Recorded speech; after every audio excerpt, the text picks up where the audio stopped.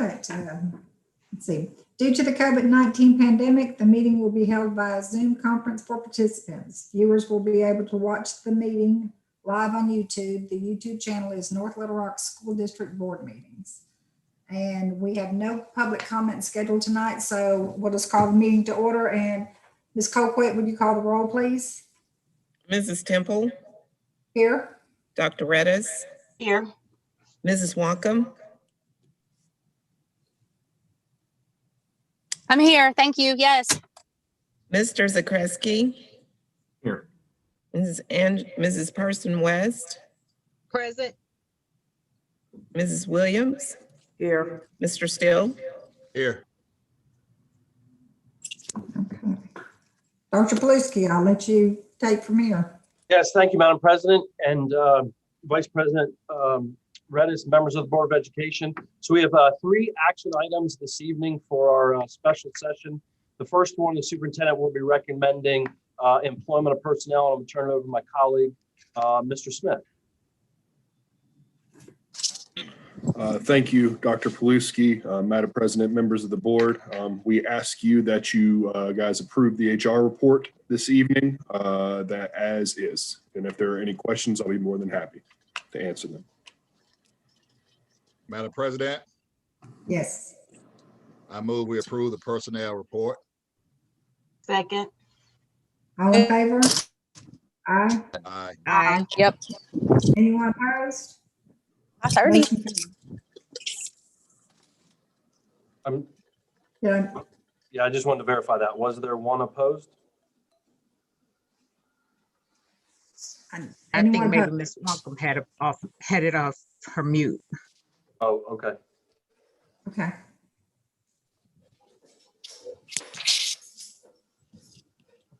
Okay, motion carried. Thank you, Madam President. The second action item is North Little Rock School District resolution on COVID-19 sick leave. And it will be as presented. I'm going to turn it over to my colleagues, Mr. Brown and Mr. Smith, for a brief review of that. Thank you, Dr. Paluski. Members of the board, what we bring to you this evening is a resolution for the extension of the COVID leave that was applied and expired on December 31st, 2020, per the government order.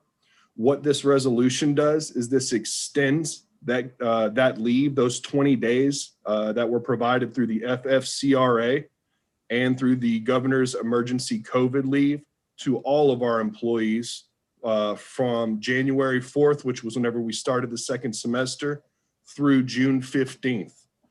This resolution has been brought to the LPPC and CPPC for discussion. We have provided that feedback through the superintendent, and we've arrived at what we feel is something that is equitable for our staff and that we can continue to support all of our staff during this pandemic in a way that provides some sort of relief. This is a fluid and continuous resolution. We have language in there that allows us to provide an even greater extension if the superintendent so chooses to bring that back to the board for approval. And we are going to continue to monitor the COVID situation and the pandemic at this time. And if there's any questions in regards to the language, I'd be more than happy to answer any concerns you guys have at the moment. Any questions? No, I don't have any. I do have one question. So if the superintendent feels it needs to be extended further, he has to come back to the board? Yes, that would be correct, Mr. Zakreski. We would, if we felt that we wanted to extend it or needed to extend it, if we saw employees, we would draft a resolution, bring it back to the board for your approval, correct? Okay. Well, if anything, I'd be open to giving you a little more leeway there to do that without our action so we can move more quickly, but that may not be the will of the board. So I'll leave the resolution as is. Thank you. Thank you. Madam Chair, I Yes. move that we accept the North Little Rock School District's resolution, COVID-19 sick leave, that was presented by Dr. Smith. I'll second. Okay, all in favor? Aye. Aye. Anyone opposed? Okay, motion carried. Thank you, Madam President. The third action item is our technology Chromebook purchases. We're very excited about this. It's going to be with our CARES, our first set of CARES money. And to give you a little overview of that, I'll turn it over to my colleague, Mr. Brian Staggers. Good evening, Madam President, members of the board. We're seeking your approval for the purchase of 500 Chromebooks to replace broken devices and to also have spares for our up and coming spring testing at our elementary schools and a few other locations that are in need in our school district. I'm here to answer any questions you may have about that purchase request. Madam Chair, I have a question. Yes. Mr. Staggers, does that include chargers? Because a lot of our students can't take home chargers because there aren't enough. Or if they take it home and don't bring back the charger and they just bring back the Chromebook, you still can't charge it. So does that include extra chargers? Yes, ma'am. This particular purchase, it will be Chromebooks and chargers, but Okay. we've been routinely trying to make a steady dose of orders for chargers, as we saw at the top of the year that that's a real issue. And we do have some in stock. We have expressed to all of the schools to just reach out to us and we will fulfill those orders, but we have some in stock. Okay. Thank you. Mr. Staggers, how did you come up with the justification for getting these Chromebooks? How was your tally made? I see some were higher, most of them were 50s or 30s, but how? And I know the enrollment of our school, that's what I was saying. How did the justification come up for that, for these Chromebooks? Yes, ma'am, Ms. Williams. We went with the guidance of the executive directors. They actually polled the schools based on need. So these numbers are purely based on need at each particular school in terms of what was damaged and what was still in working order. Okay. Board members, Madam President, we need a motion. I, as parliamentarian, I do not make motions. Well, if I may, I want to ask a quick question, President Temple. What about the other Chromebooks that were damaged, or what is it? Any kind of recourse to maybe get money back from those other Chromebooks, or maybe like a buyback program or anything like that, or was any of them under warranty? You're referring to insurance, Ms. Yes, that's Person right. West? Yep. I'd have to refer to that one to Mr. Staggers. I don't know. That's an excellent question, Ms. Person West. A lot of the Chromebooks that were deployed and in circulation were older and out of warranty. So this purchase, along with some of our most recent purchases, are replenishing a lot of those that were out of warranty. And we do plan on a continuous steady diet of these orders. So we will be coming to you again for more orders for Chromebooks, just to make sure that we've got proper inventory. Okay, I was just wanting to know that. Thank you. Yeah, and Yes, if I could add to that. question, Madam President. Yes. Yeah, excellent job. I'm very impressed with how we have raised the level of our technology in our district. Thank all of you, especially Dr. Williams, for your leadership in that. We're not there yet, but we certainly are a lot better than we were not too long ago. My question is similar to Ms. West. Is there, Mr. Superintendent, a opportunity to donate computers to organizations once they have outlived their usage with our district? Sure, there are those opportunities, Mr. Steele, and I think, and I echo your comments with our staff, and you know, I think you're going to be very excited to see what Mr. Staggers is working on right now is a 5-year technology plan. So we're going to be able to see through the next 5 years our technology needs, as well as how we're going to cycle through to keep refreshing actually all of our devices so we stay up with the technology. And part of that plan is going to be, what do we do with old devices? A lot of times we can take older devices and move them into lower grades, but this could be an opportunity to partner with our local community to give back or to donate those devices, that's a great suggestion, and that's certainly a viable possibility. Thank you. Madam President, Yes. I move that we approve the purchase of 500 Chromebooks. May I have a second? I'll second. Okay. All in favor? Aye. Aye. Aye. Anyone opposed? Motion's carried. Thank you. Thank you. Thank you. Thank you, Madam President. Thank you, members of our board. Madam President, Yes, ma'am. I move that we adjourn and go into our workshop. May I have a second? Second. Second. Okay, all in favor? Aye. Aye. Aye.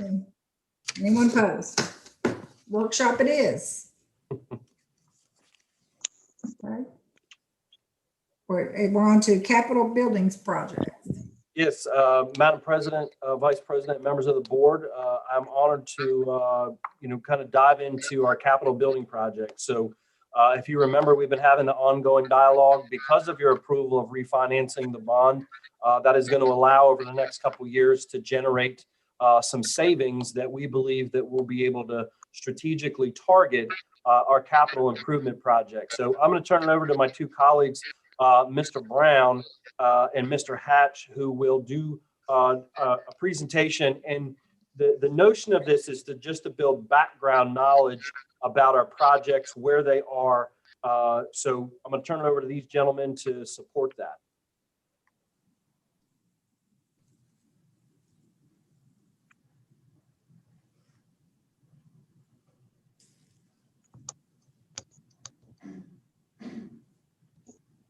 Okay, thank you, Dr. Paluski. Can you see my screen? Is it sharing?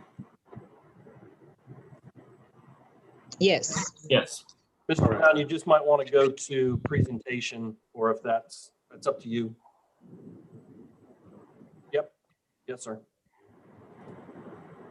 Oh, did you want it? Thank you. Yes, you're welcome. So Mr. Hatch and I are bringing some information to you since the board has taken the first steps of refinancing our current bond issues. That's going to generate some funds over time. So we're going to talk to you about just a reminder about the funding, and we're going to talk about the refinance savings. We're also going to talk about a potential projects list. And I'll just do a disclosure here. This potential project list is just simply projects that have been discussed in the past. And as they have been brought up in the past, Mr. Hatch has, looked into those projects and gotten estimates on what those projects may end up costing. There's not been an official bid cast on it, but he has some project estimates that he'll share with you this evening. So what I'm going to cover right now will be the projected bond finance resavings. We actually covered that in Mr. Beardsley's presentation, and I just simply took this slide from his presentation. So the way this will work is we are projected to have roughly $25 million in savings for projects and approximately $10 million in savings for operations. And the way this $25 million breaks down is over a period of 4 years. So starting next fiscal year, when we begin to pay our bond payments, we will pay roughly $8 million less in bond payments, which allows us to sweep that over to our building savings fund. And that process continues the following year in 23. We'll pay approximately $7 million less on our bond payment, and we'll sweep the savings over to our building fund. The same with year 24 and 25. So we have $25 million to use. It's over a period of 4 years. So we'll build that balance in our building fund. I just wanted to revisit that with you all. And here's our unofficial project list. And I'm going to let Mr. Hatch I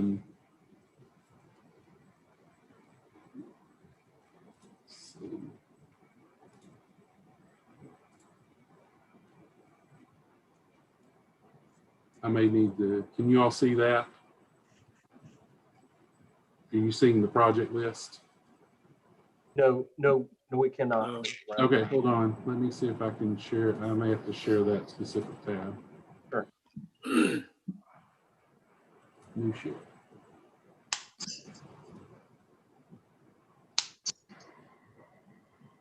Yes. You might just want to increase the font size or zoom in rather. Let me share a different screen so I can control that. That's better, Mr. Brown, I believe, to Okay. see it. Yep. Yeah, that was a lot better. Okay, and Mr. Hatch, I'll let you walk them through what we have here. Okay, Madam President, board members, over the last 3 or 4 years, you can see I've been pretty busy with getting estimates on what we might do with some of our facilities. The first 3 estimates I got were for the demolition of the Poplar Street building and the annex. The cost looks kind of high, but this also includes asbestos abatement, and there's a lot of asbestos in both of these buildings. The baseball softball complex, that wasn't an actual bid. That was just something that I gleaned offline as a ballpark figure to work with for a softball baseball complex. And you can see that cost would be about $4.5 million. And again, this is really dependent on how much dirt work will be involved in leveling the area off of Poplar Street to accommodate these facilities. The next items are the buildings that we will be getting in our already approved swap with the city for the admin complex. We've got the North Little Rock Police and Courts building and the building on Main Street where the chief of police offices are. And also that the first one, line item 4, is the current building that we're in. And I believe we have 2 years left on that lease that we have with the city. In the beginning of the capital improvement program, the citizens were told that we were going to make Old Main an office complex. So line item 7 is the cost that we had schematic diagrams drawn up by Baldwin and Shell, and their total for making that an office complex was $11,418,000 and some change. The police administration octagonal building, that's also going to be turned over to us for our use or disposition. Because of the cost of turning Old Main into an office complex, we were told that we could possibly build a brand new building for at that cost or lower. So line item number 9 is a new construction facility that would be placed where the current police and courts building is. So we would tear that building down, demolish the jail cells, everything there. And plus that included 176 space parking lot there. So that would also give us additional parking for home football games and anything else that we had going on at the high school. Got a lot of transportation items in here, and I was tasked with getting these under previous administrations, and we never moved on them and brought them to the boards for approval.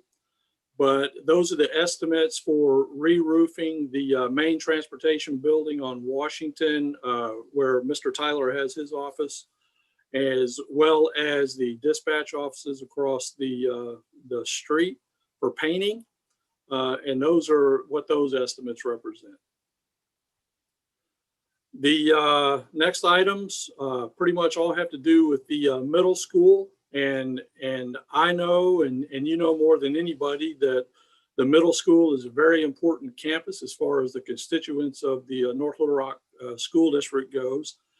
And we have in the past, we have renovated the flooring in that school. We've renovated all the classrooms, meaning painting the walls, upgraded all the technology.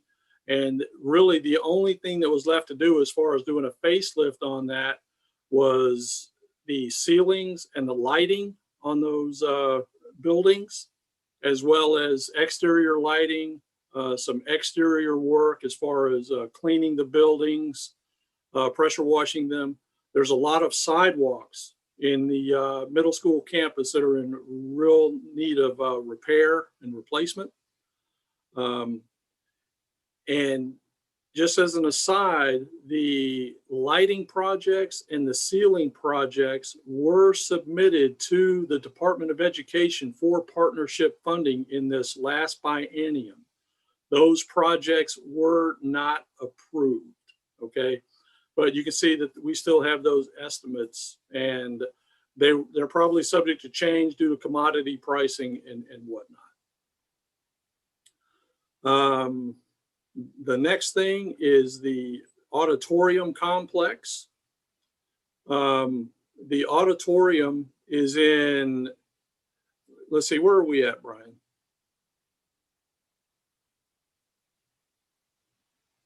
So line 20, Mr. Hatch. Line 20, okay. Oh, the locker removal. We were requested to remove the lockers in the 7th and 8th grade building since, number one, they're not used, and it would just open up the hallways a little bit more for ease of passage. I was tasked with getting that also under previous administration, and it was not brought forward to the board either. Hey, Mr. Hatch, it was actually, it's Excel line 20, but our numbered. Okay. So the one on the auditorium classroom. Okay. Sorry about that, gentlemen. Sorry about that. Yeah. Let's see, where else? And then the exterior court. Got a question? You can see the line item for the exterior courtyard and exterior lighting. That would bring the lighting on the exterior of that building up to par with our current high school and elementary buildings. And then you see the ceiling projects for the 6th, 7th, and 8th grade buildings. And then we have ceiling and lighting projects for the auditorium complex. And you see the cost for those items. And these are all eligible for partnership funding, as you can see in column J. They are eligible, but in this past biennium, for whatever reason, the division was not placing any money into what is considered a warm, safe, and dry environment. So that's why we got shot down for funding for any and all of those projects. Okay, I guess we can move past the locker removal and get to the auditorium complex. The large auditorium is in need of some roofing repairs, which let's go down to those line items, 26 and 27. We'll start with the roofing repairs. There is a portion on the very north side of the auditorium complex on the copper roofing that is in need of a major repair. And I have that estimate, it's running at $53,000. Also, over the main auditorium complex itself, where the copper roof meets the main roof on the auditorium, there are many places that are starting to leak in that area. And the best that the roofing company could give me was a man-hour cost and truck charges, as you see in column G there, and a materials cost plus 15%. So that would basically a time and materials job. Now, the roofing company I got this from, they are TIPS TAPS, so they are bound, you know, by their rules and regulations as far as pricing goes. And the roof leaks have caused some significant damage to the interior of the auditorium complex. And so going up to line item number 31, or is that it, Brian? 22, you can do the door. I think we're on line 22 there. Line 22. Oh, Yeah, we've talked about the sidewalk and the, the door locks. yeah. Okay, line item 27 on the screen, the door locks, that is to upgrade all interior door locking hardware to what the other schools have. And that way we would be put on just 2 master keys, and we would get rid of an old Grand Master key. I've already went over some of the sidewalk repairs, washing the exterior of the buildings. And then the North Little Rock Middle School. Brian, did we lose? No. The large auditorium renovation. Let's go up to that one, Brian. Line 26. Okay, the large auditorium renovation, that includes replacing the ceiling in the main auditorium, and it's way past needing replacing. And that would also, because it's easier to do all the work without the seats in there, and a lot cheaper, that would also get us all new seating in that complex. And you can see that price tag somewhere $960,000 for that. Let's see, and the last thing we have, I guess, Mr. Brown, is the projected North Little Rock Middle School, a new North Little Rock Middle School. And that is based on our latest student projections of 1,841 students. And so they would fund for us a facility of 171,746 square feet at a qualified cost of $198,009, or $198.09, excuse me, for a total projected cost of $34,021,165. And due to our wealth index, our share of that would be $15,074,000 and some change, and the state would fund close to $19 million.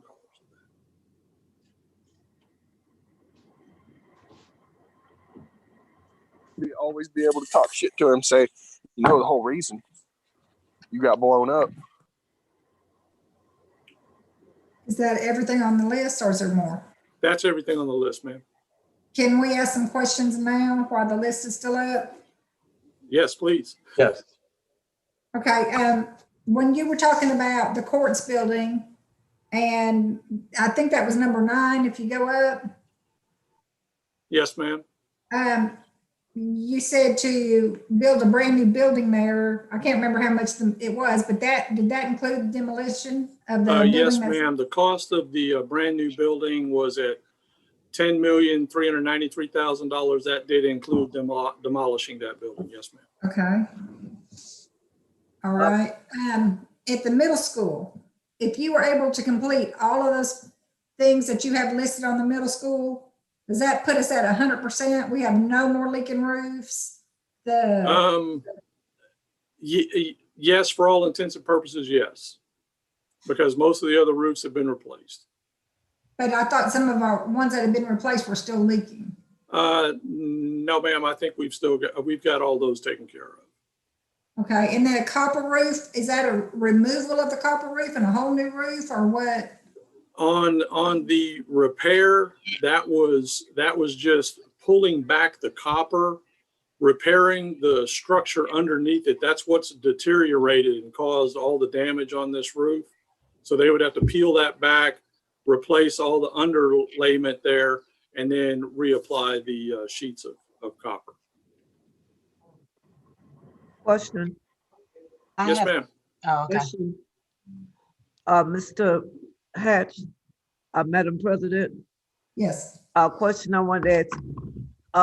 Looking at all of that we have to do for the middle school, is it cheaper to build a school in lieu of trying, when you add it all up, in lieu of trying to do all of the, when you add up the repairs on it? What is the most feasible cost? That's, I guess, what I'm asking you. If you had a choice. Can I answer that, Dr. Paluski? Sure. From a professional standpoint, we've already put several $1 million into the middle school. Okay. The middle school is now 50 years old, or it's actually 52 years old this year, actually. And it now meets the requirements that the state has for refunding new buildings. And so my worry with putting any more dollars into our current facilities is we have 52-year-old facility, which has 52-year-old infrastructure, the electrical, the plumbing, the sewage, and it's just a matter of time before we've already had 3 main water breaks at that campus in about the last 3 years. So when does the infrastructure start breaking on the interior of these buildings that would really be cost prohibitive repairs? So from my perspective, I think going new would be better in the long run for the school district. Thank you. I have a, go ahead. I have some questions. Go ahead. I was just gonna say, where would the new middle school be built if the new one was built? There's, this is really in the beginning stages of this. And so Yeah. we would definitely have to take a look and start planning. There's probably room on that campus to place a new building and not have any interruption of classrooms, if you will. But that's just something we'd have to look at with an architectural firm that we might hire later on down the road, once we get closer to deciding just how we're going to pursue this. And if I could just jump into that, Mr. Hatch. Yes, sir. Madam President, I think what some of our planning was internally was to, get this information to the board, get this information to the public, and then come back at another meeting with some recommendations and options as it relates to all of these projects, and which one would be the first one. So if we were going to recommend doing a whole new middle school, that was our recommendation. There were obviously lots of opportunity for the board to debate that, as well as looking at other options, because what we're learning is if that's the first project to go, we know we've got other projects that we've got a plan for based upon when we start a priority order, as we move forward. Thank you. Dr. Reddish, you had a question? A couple of questions. You asked one of them, which was, where would the new building be? The other thing was the gym. The gym is just as horrible as the auditorium. Would that factor into it as well in the renovation?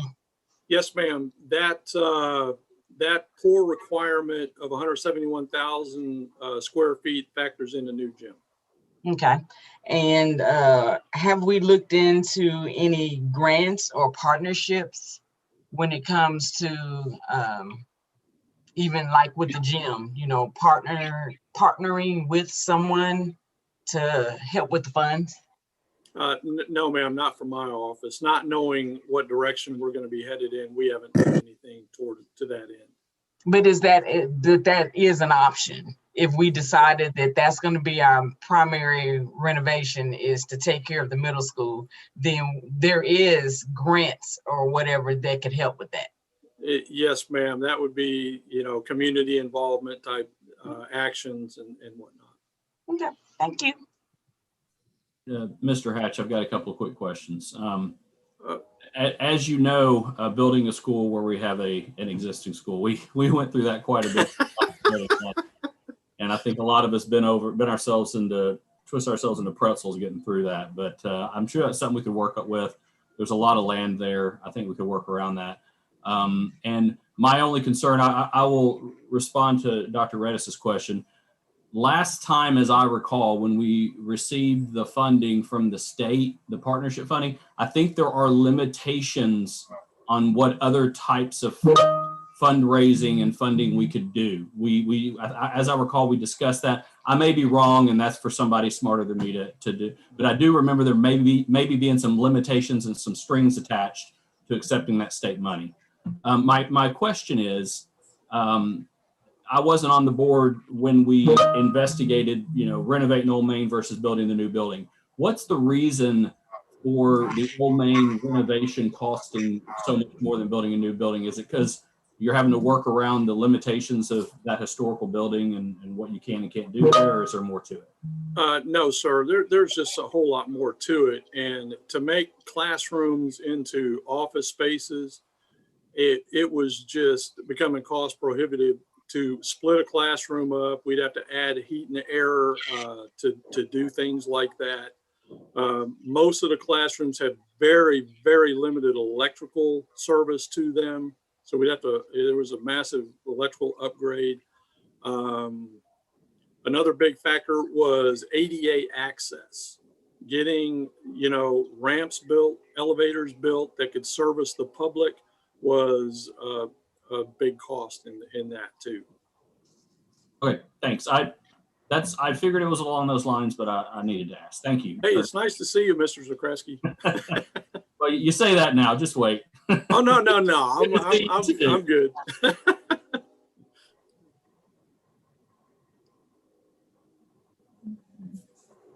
Any other questions? Yeah, Madam President, just kind of more of a statement to the superintendent. Yeah, as you do your long-term planning, and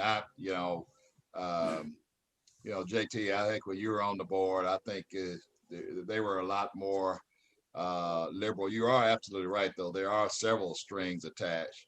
Some I never have understood to receiving this money, but it's going to be a real long shot for us to receive money for multiple reasons. One, I want to just kind of bring to the attention, superintendent, as you do your long-term planning, I think we should really look at, as we talk about any brick and mortar, that the world is changing so swiftly, especially with COVID.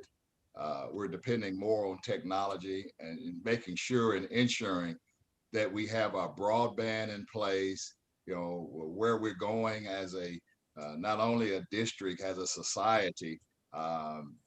Who knows where we're going? Different strands of this disease is now popping up. Nobody knows how long we're going to have to deal with this issue.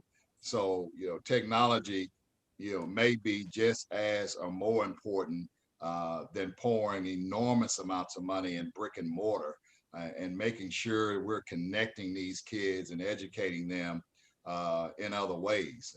So, as we look at doing that, and I know there's been that type of discussion at the Capitol, less, maybe looking at less brick and mortar until we have everything that we need within our technology realm of our district. Thank you for that, Mr. Steele. Thank you. We'll definitely consider that as we move forward, certainly. Thank you. I know you talk about Dr. Paluski and Mr. Hatch, that we as the board see monies that perhaps are available, but I think what I'm hearing, I'm agreeing with, we need to have a priority. We need to prioritize this list. That's what we need to do.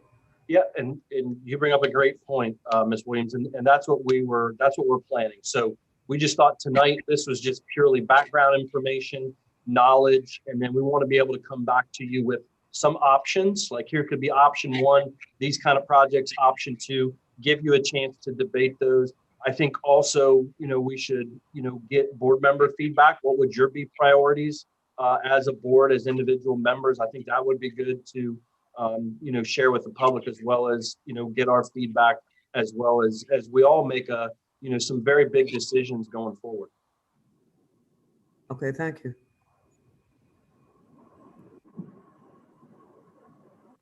Any other questions? I don't have a question. I was just gonna make a comment that to me, it sounds a little bit better just eating the elephant one bite at a time versus the whole elephant at one time. So You know, then too, I'm thinking about what was the bid situation? Like, is this like the best estimate that could be received or anything like that? So. Yeah, and I think, and I would refer that to Mr. Hatch. I believe we were just trying to give the board a general idea of cost. Just like a checklist. Yeah, we would have to certainly send that out to get you, some specific figures once we bid it. Well, it gives us a lot to consider for when you come back with the rest of the information.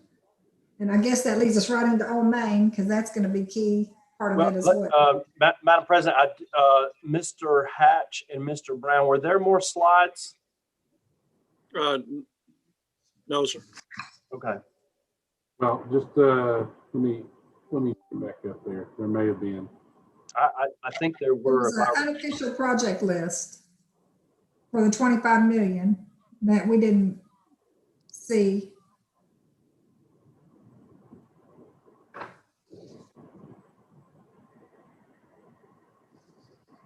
Yeah, and I think that was your last slide there, the unofficial. Yep, there you go. Well, we saw it a second. There it goes. Okay.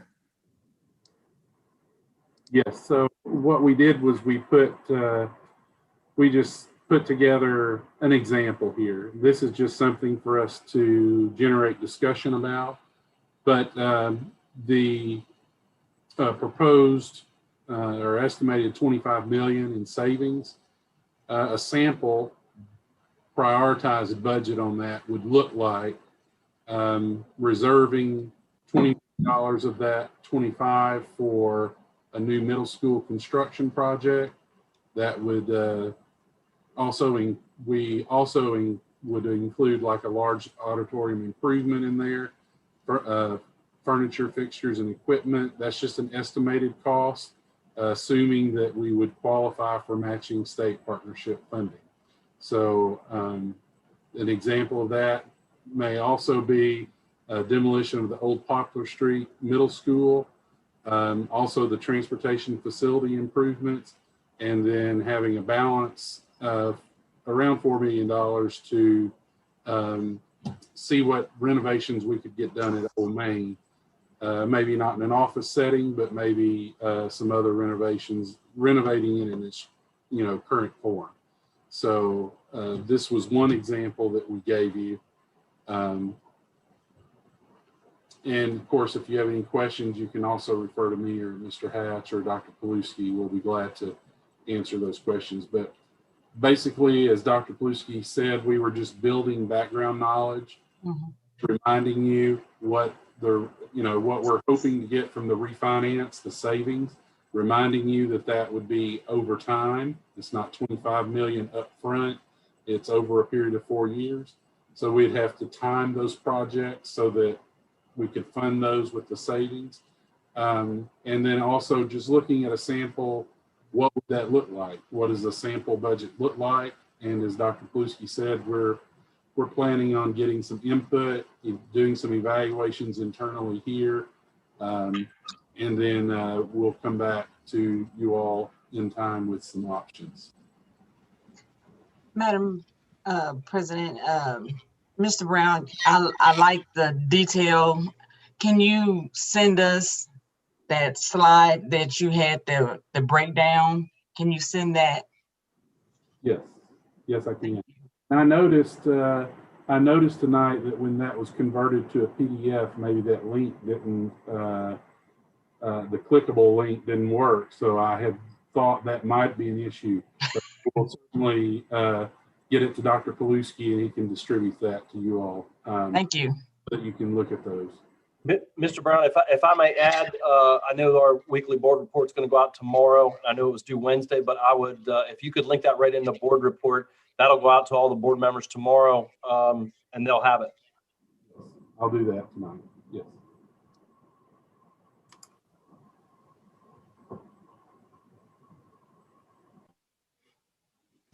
Thank you for the report, Mr. Brown and Mr. Hatch. Yes, ma'am. You're welcome. Yes, ma'am. Well done, gentlemen. Well done.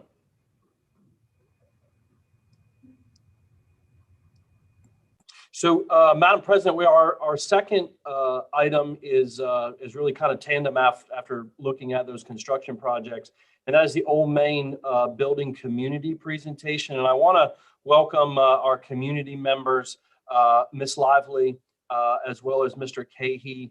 I had the pleasure and opportunity of one of my consulting opportunities to meet Ms. Lively, and who's very lively.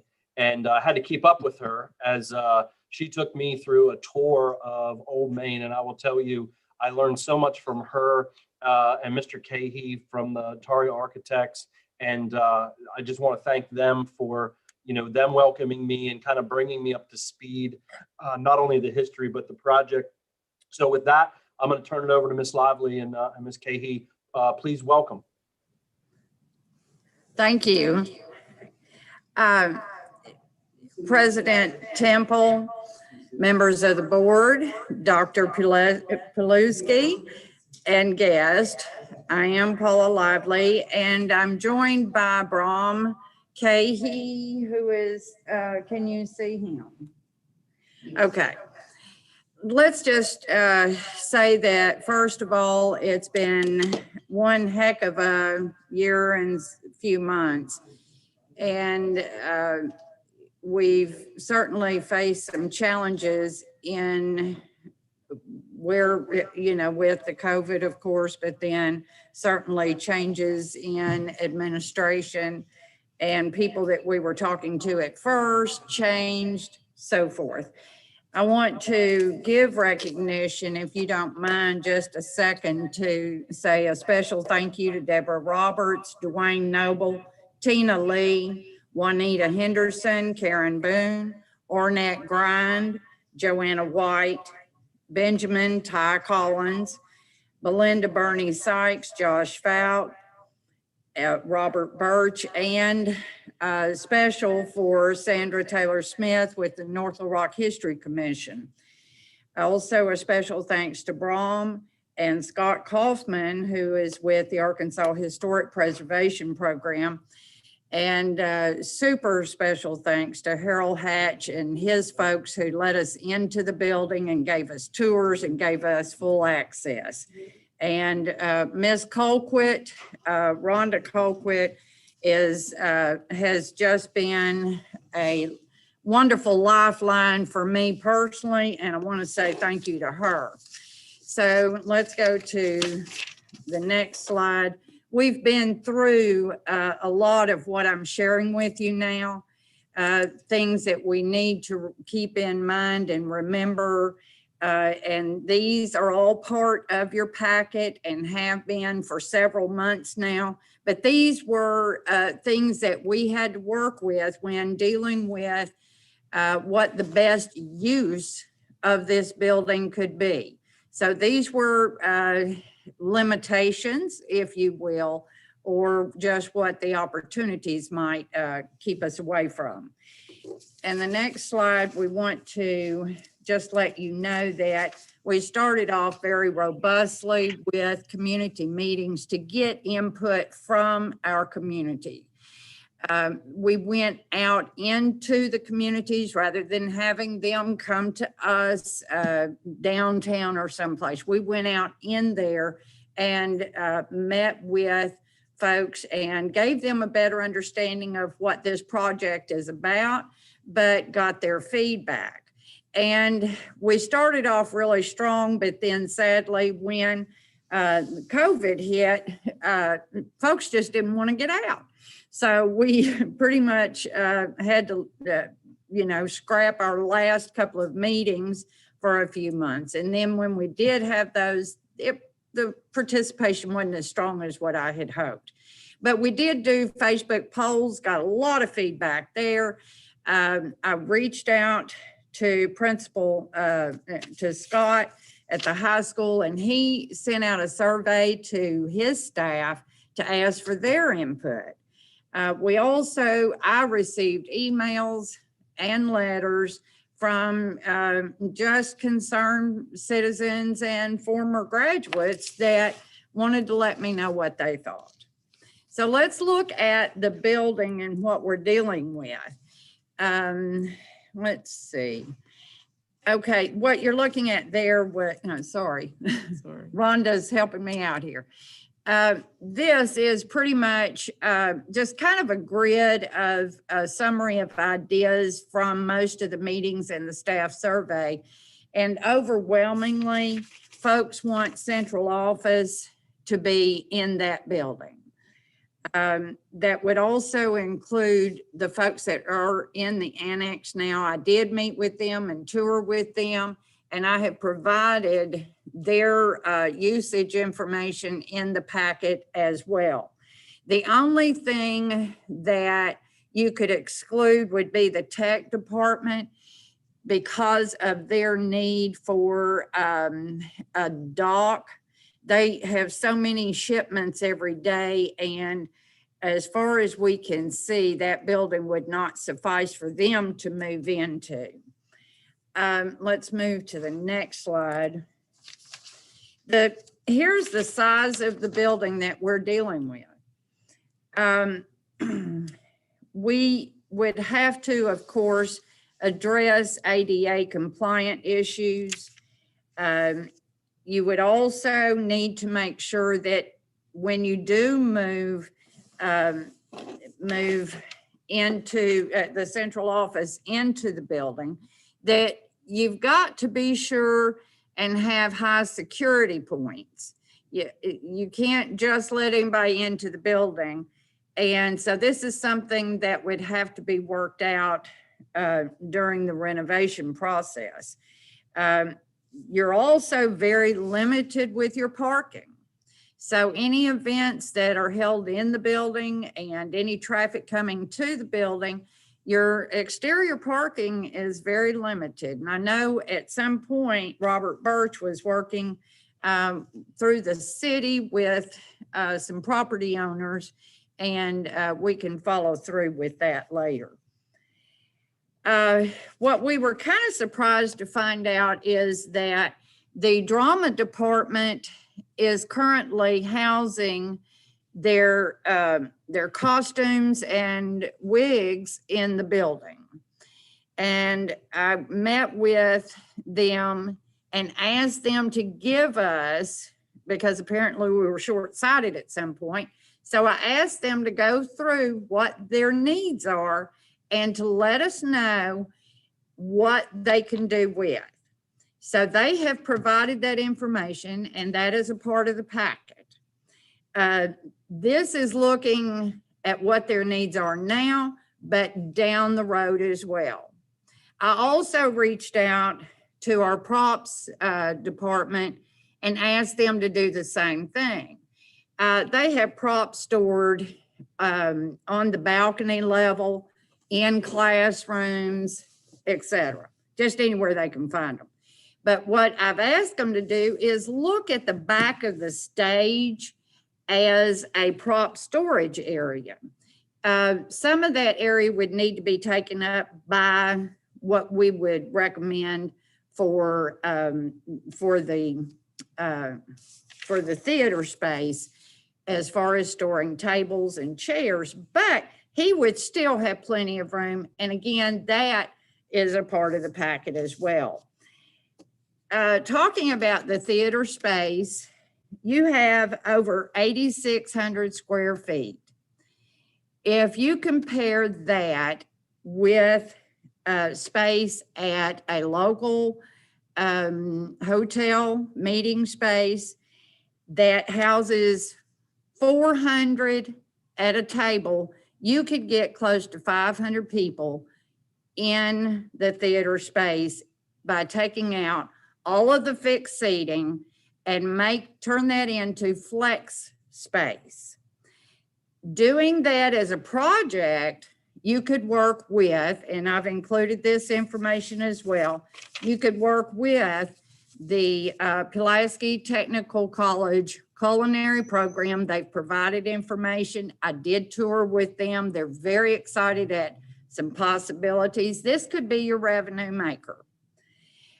You work with them. They teach our students how to lease the space, set the space up for events, and actually work the events. So you could have award ceremonies. Let's move on down, I think.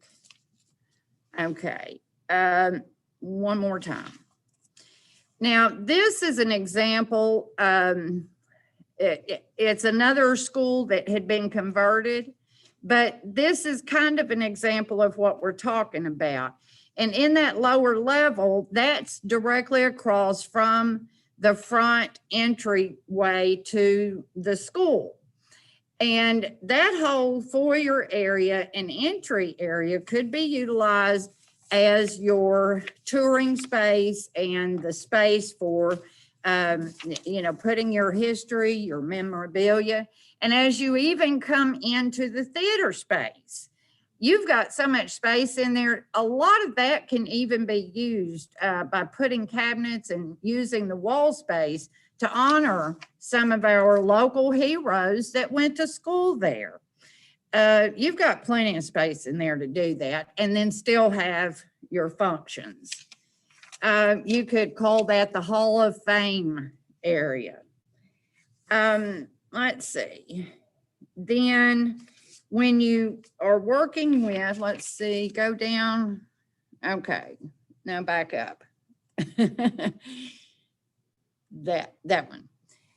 Okay, so when you're working with the area across or the entrance area going into the theater, you've got the hall space as well.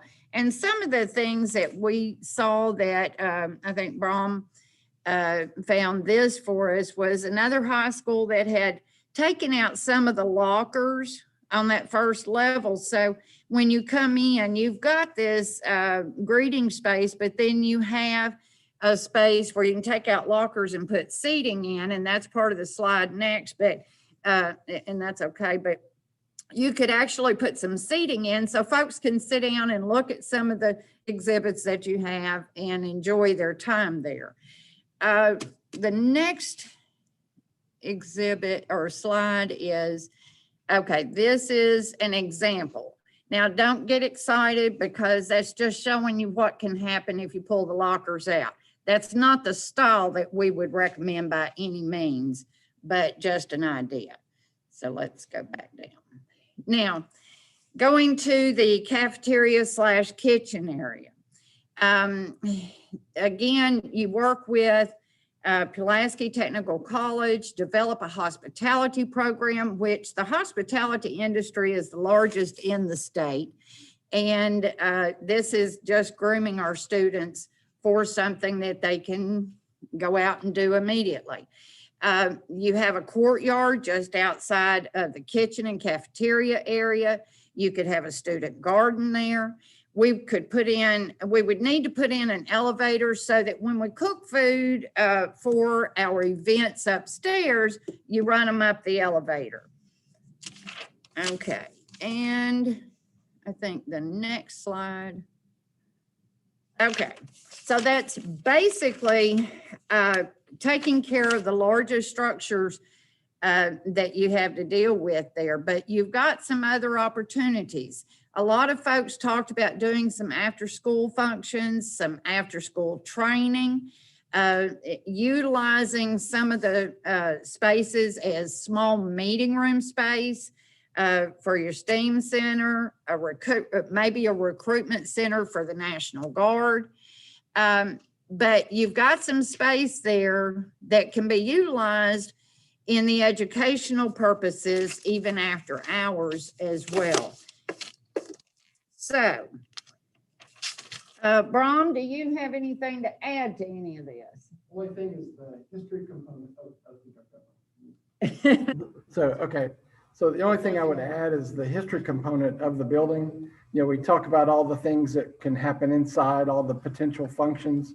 And through working with other historic divisions, we know that we can make those ideas come to be in this building, that the historic nature is not limiting us, but it helps us get to our goal. And so things that we need access to the outside, there's provisions to allow us to do that.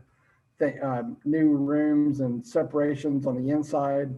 There's ways for us to do that as well within the historical context of the building, because I think there's a strong movement in the community to keep this a historic feature of North Little Rock and of the school district. But I think any kind of ideas like these other opportunities that she shows can all be done within the context of a historical structure.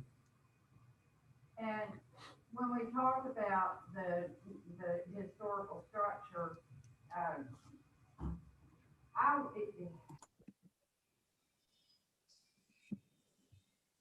If you could unmute yourself, Ms. Lively.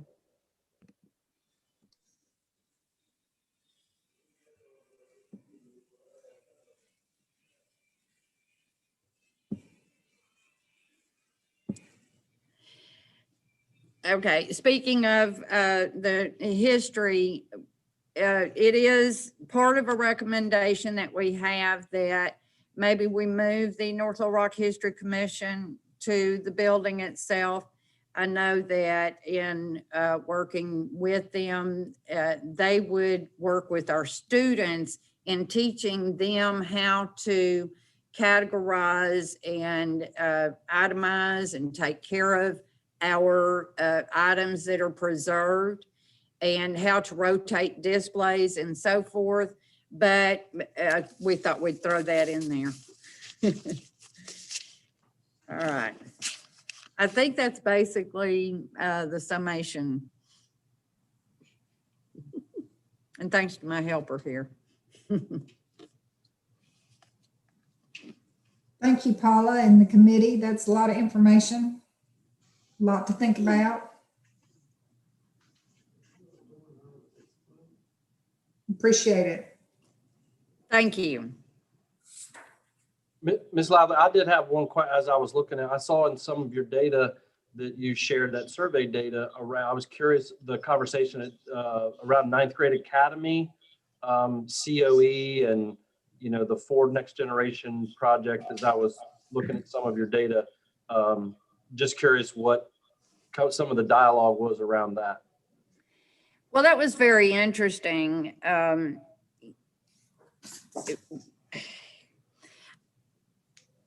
It was very mixed. I did not include any of that in here because all of that still seems to be not diagrammed. It's like folks don't know where it's headed. It's not quite ready yet. I tried to get how many students would you have? How many hours would you need a building? How many bathrooms? And I got conflicting pieces of information from several different people. And I mean, there wasn't anything there concrete. I did meet with Mr. Jones at the academy. And after spending quite a bit of time with him, I would not see the building being as a good fit for his students for many reasons, but that would be a conversation I think you and he can have so that he could confirm that with you. But with the other programs, again, it was too conflicting as to what direction they were going to go or what their needs were going to be. It just wasn't concrete enough for us to focus on. Thank you, Ms. Lively, for that background. I appreciate that. Thank you. Thank you. Madam President. Yes. That's a comment. I also want to thank Ms. Lively and her committee. That's an outstanding presentation. I know a lot of work went into this to try to keep up, but I know when COVID hit, I know it kind of affected some of the community participation. I did attend a few of the meetings, and people were seemed to be pretty involved and energized. And just reiterate that Old Main is more than just a building.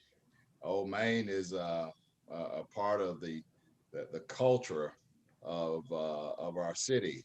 So it's very important. I think one of the mistakes that we made as the city, Ms. Williams, that when we tore down old Jones High School, and I think that this gives us an opportunity to continue to promote the culture. I do have a question in there, but I do want to say too that this is one of the only facilities when you talk about building and brick and mortar, most of those are not revenue producing. This is a unique opportunity, not only to have a revenue producing facility, but also to generate some financial partnerships that kind of can defray some of the costs.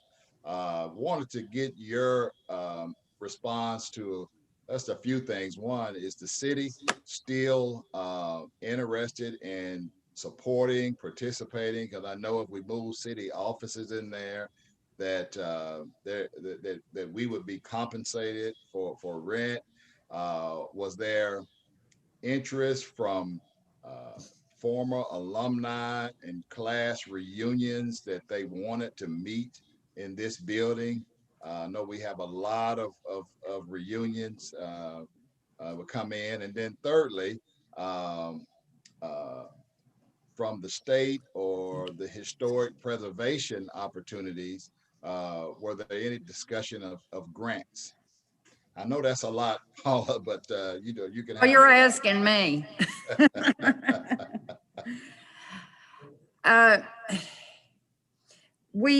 We have discussed the topic of grants has been brought up along the way. What we were tasked with is looking at the best use of the building.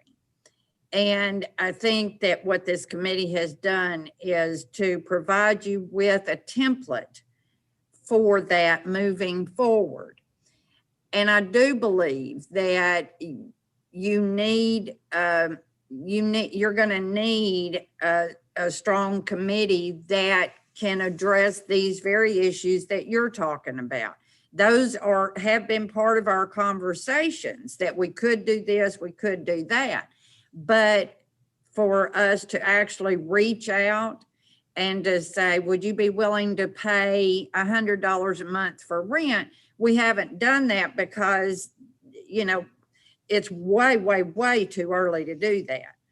There's no doubt that when we open this up for possibly having, yes, we're going to have class reunion events in there, but when you start expanding it to maybe sports awards, which are very popular, or maybe other, you know, club awards and club events and other local types of things like that, when you open all that up, then you've got your opportunity to start putting pricing on there. And then you reach out to your founding, you know, some of your members that went to school there, and maybe they want to put their name on a wall for X number of dollars.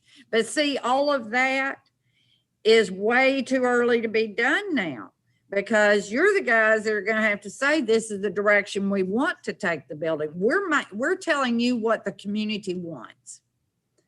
Now, once you say, this is it, this is where we're headed, then you need a strong committee, a strong force of folks that can go out there and start putting these particulars together. Does that make any sense? And did I answer any of your questions? You answered all of them. Okay. Thank you. Okay, thank you. Superintendent, have you been over to the building yet? Yes, sir, Mr. Steele. Matter of fact, I think it was in September, October. Miss Lively and Ms. Kie took me through the entire building. So I did have an opportunity to see it from the basement, literally to the tower. We climbed all the way to the tower. That was my question. And, you did make it to the tower. I did. I made it to yeah. the top. And I didn't want to be biased to say this would be a nice superintendent office, but it is a beautiful building for sure, and very historic in nature. Yes. Are you done, Mr. Steele? Yes. Okay.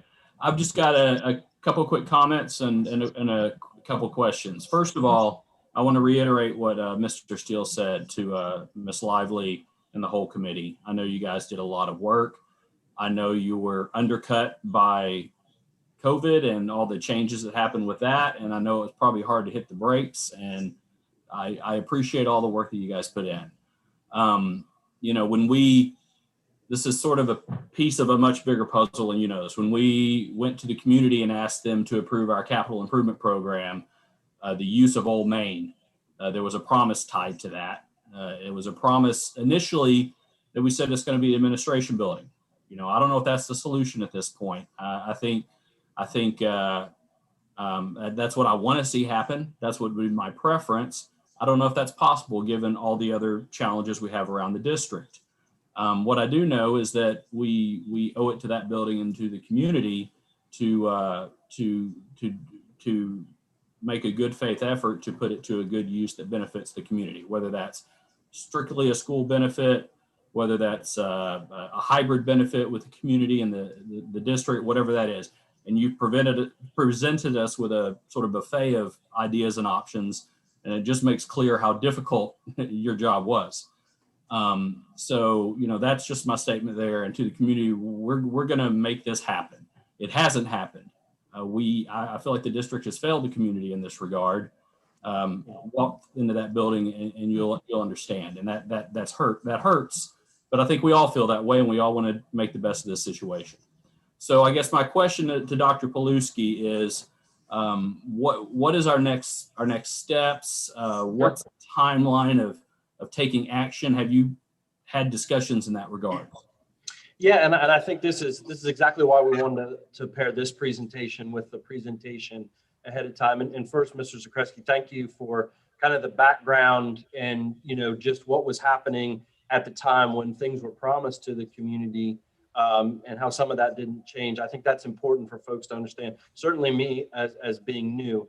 Our next steps are really, again, our whole notion, build background knowledge, and I echo what all of our board members have said about Ms. Lively and this charge and the task they had ahead of them. And there's a lot of information here. We want to come back to you with options as this project relates to that big, what I refer to as a big chessboard of projects, and trying to make I'll make some recommendations to the board, and then certainly the board will determine which of the priorities is best for our community and our school district. Well, again, thank you to Paula. This is and everyone that put work into this. This is excellent information. Thank you. So I'm sorry, this is Natalie. May I make a comment? I'm noticing on this graph here where it says community input North Little Rock High School staff survey, it says 9th grade academy, COE, and Ford initiative. I didn't hear anything regarding that. And that looked like it had the highest remarks. Do we have any comments on that? Actually, I just addressed that when Dr. Paluski asked me about it just a few moments ago. There was in addressing those, there were too many conflicts about the direction of any of those programs for us to look at those solidly to go into this building. Those programs, from people that I spoke with, many different ones, there just wasn't enough direction. There wasn't enough information for us. I apologize, Paula. I was not talking to you. I am so sorry. Dr. Paluski, I'm sorry. That was a question for you, my friend. I'm so sorry. Paula, I didn't need you. I'm so sorry, my friend. That's Sure. okay. Sure. So, and that's, and I echo, that's why I asked that question around the data, because it did show high. And I recognize that maybe at the time, kind of to Mr. Zakreski's point, maybe at the time that this survey information was done, you know, there still was not maybe some specifics around our Fort NGL. I can tell you, in fact, last week, Dr. McGee and I and some of our staff members had our kind of kickoff meeting again. If you recall, I think, and Dr. McGee can answer this better than I can, a year ago when this was launched was the day that kind of everybody stopped because it was the pandemic in March. So a lot of things have slowed. However, I can tell you that we've picked this back up. We're starting to really map out what those career pathways are. One of the recommendations from the Fort NGL project is a career academy coordinator. Dr. White has taken the lead to look at that. So we're getting ready to partner with Pulaski Tech. You know, the exciting thing when you talk to Mr. Owens, you talk to the business community, there are a lot of anchor businesses in North Little Rock, and there are a lot of more businesses coming in. And certainly to that point is they need a high quality workforce. So although I think that initiative may have slowed due to the pandemic and leadership change, we're picking that back up. In fact, we anticipate that once we get that a little bit more organized, we want to come back to the board with a presentation of those career academies and really what the bigger vision is, which is probably a good segue into my 100-day transition plan of some of the things that I'll be recommending. So I would just say stay tuned. We're working on some of those finite details as it relates to, you know, the Fort NGL, the 9th grade academy, our career academy connections, anchor businesses, partnerships with Pulaski Tech. Thank you, Dr. P. Yes, ma'am. Any other questions or concerns or comments? Madam President, I just want to say also to Ms. Lively, I appreciate the information. It was well put together, and I think that it is definitely a good start to start somewhere as far as use of that building. Oh, yes, Madam President, Ms. Lively, I want to commend you and Brian and Dr. Poluski for you work better together. And it certainly has proven this with the report that you've given us this evening. And the two things that I know, if you were looking at the sketch that they brought us, someone wanted a 9th grade academy, but you also heard Mr. Hatch said in the State Department, the reason we had to build 7 new schools is because the classroom's small and that building is incapacitated. And he told you the cost would be to go in, and it's a historical building, so you don't want to go in and change anything. And so with that, I think that whatever you, Ms. Lively and Brian and Dr. Poluski can bring back to us as a board as a priority to help the district, I personally think that the board, we're better together, we'll work with you, okay? And thank you again, Ms. Lively, for an excellent report. Thank you again, Ms. Lively, Ms. Cahey, Mr. Cahey.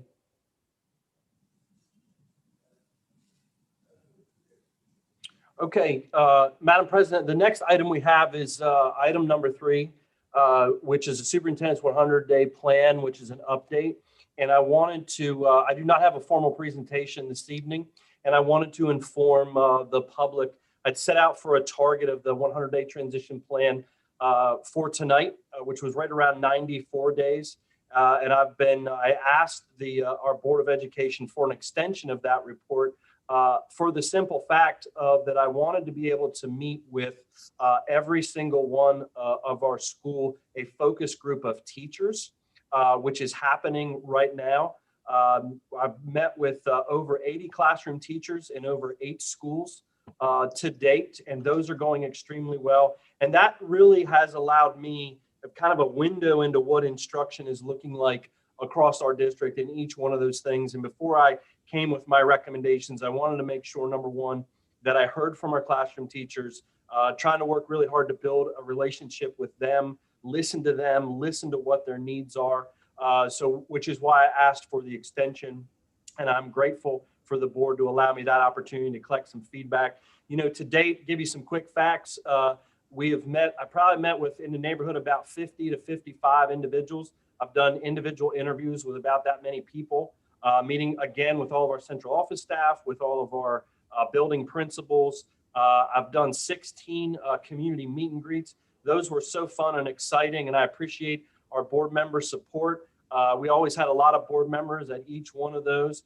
And my favorite part was Q&A with our community, and I've got to learn and listen from them. So I'm kind of winding it down with our teachers, and I'm gonna round it out with some small focus groups of students as well. And then I will come back with my report, which will be my findings, really my key themes, which we'll organize around as a district, and my findings, and really start to narrow our focus as a school system, what I believe needs immediate attention, and then some short-term and long-term. And I look forward to sharing a little bit of that this weekend with our board at our Board of Education retreat. So I just want to thank the board for giving me some extended time to meet with these focus groups. And I'll take any questions that any board members have around that 100-day transition before we jump into our workshop budget. Madam President, just a comment and a recommendation. Certainly it's not a problem giving you that extension. I think that's something that you should really take your time with and be as thorough as possible. And I've been hearing and talking with a lot of the people who have seen you in the schools and meeting with the groups. And I would just like to say to you personally and in front of the board, I'd like to see you be more careful. I do commend you for going out and getting out. We cannot afford to have you sick to get this COVID. Use this opportunity to use that great technology that we have. It works with the community meetings. And I know people want to see you in person, but you know, we just cannot afford to have the superintendent to get caught up. So that's my recommendation. Thank you for that, Mr. Steele. I appreciate the you know, it's always health and safety first, and thank you for that. Dr. P, didn't you already have COVID? I did. I did have it back in November, but Yeah, okay. you know, I know that you can get it again. You know, that is a possibility. So just want to make sure we're washing hands and social distancing and, you know, doing all the right things. But it's certainly valid. But And did you get the shot? I do have my vaccine. I'll be getting the Good. second at the end of the month. But Good. But Mr. Steele brings a good point. You know, health and safety always first. Well, I want to thank you for all the work you put in. I know you put in lots and lots and lots of time outside of the regular Monday through Friday, 8 to 5. And we're really excited about what you're bringing to us. So we look forward to what's coming. Thank you.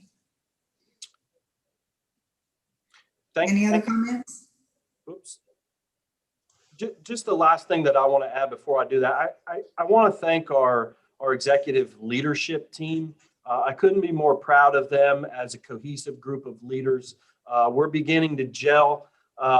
They're making sure that if I hold them over 3 hours of meeting of, you know, into lunch, that I got to pay for it. So I'm learning that. So, but I just want to recognize them as leaders for what they do and how we're coming together as a team to be able to lead this organization. So kudos to our executive leadership team. Yes, we appreciate everything y'all are doing. Okay, if there's, Madam President, no more questions on that, then I'd like to move us into our first, very excited about this actually, our first FY22 budget workshop. And I'm going to turn it over to Mr. Brown, who's going to lead us through that. And I'm going to share with you what I've asked him to kind of put together as he starts to share his screen. But if you remember when I did my first report all the way, the transition report when I started and kind of launched that, is that, you know, just to preface to our board, to the public, that we've got to be stewards of our taxpayers' dollars.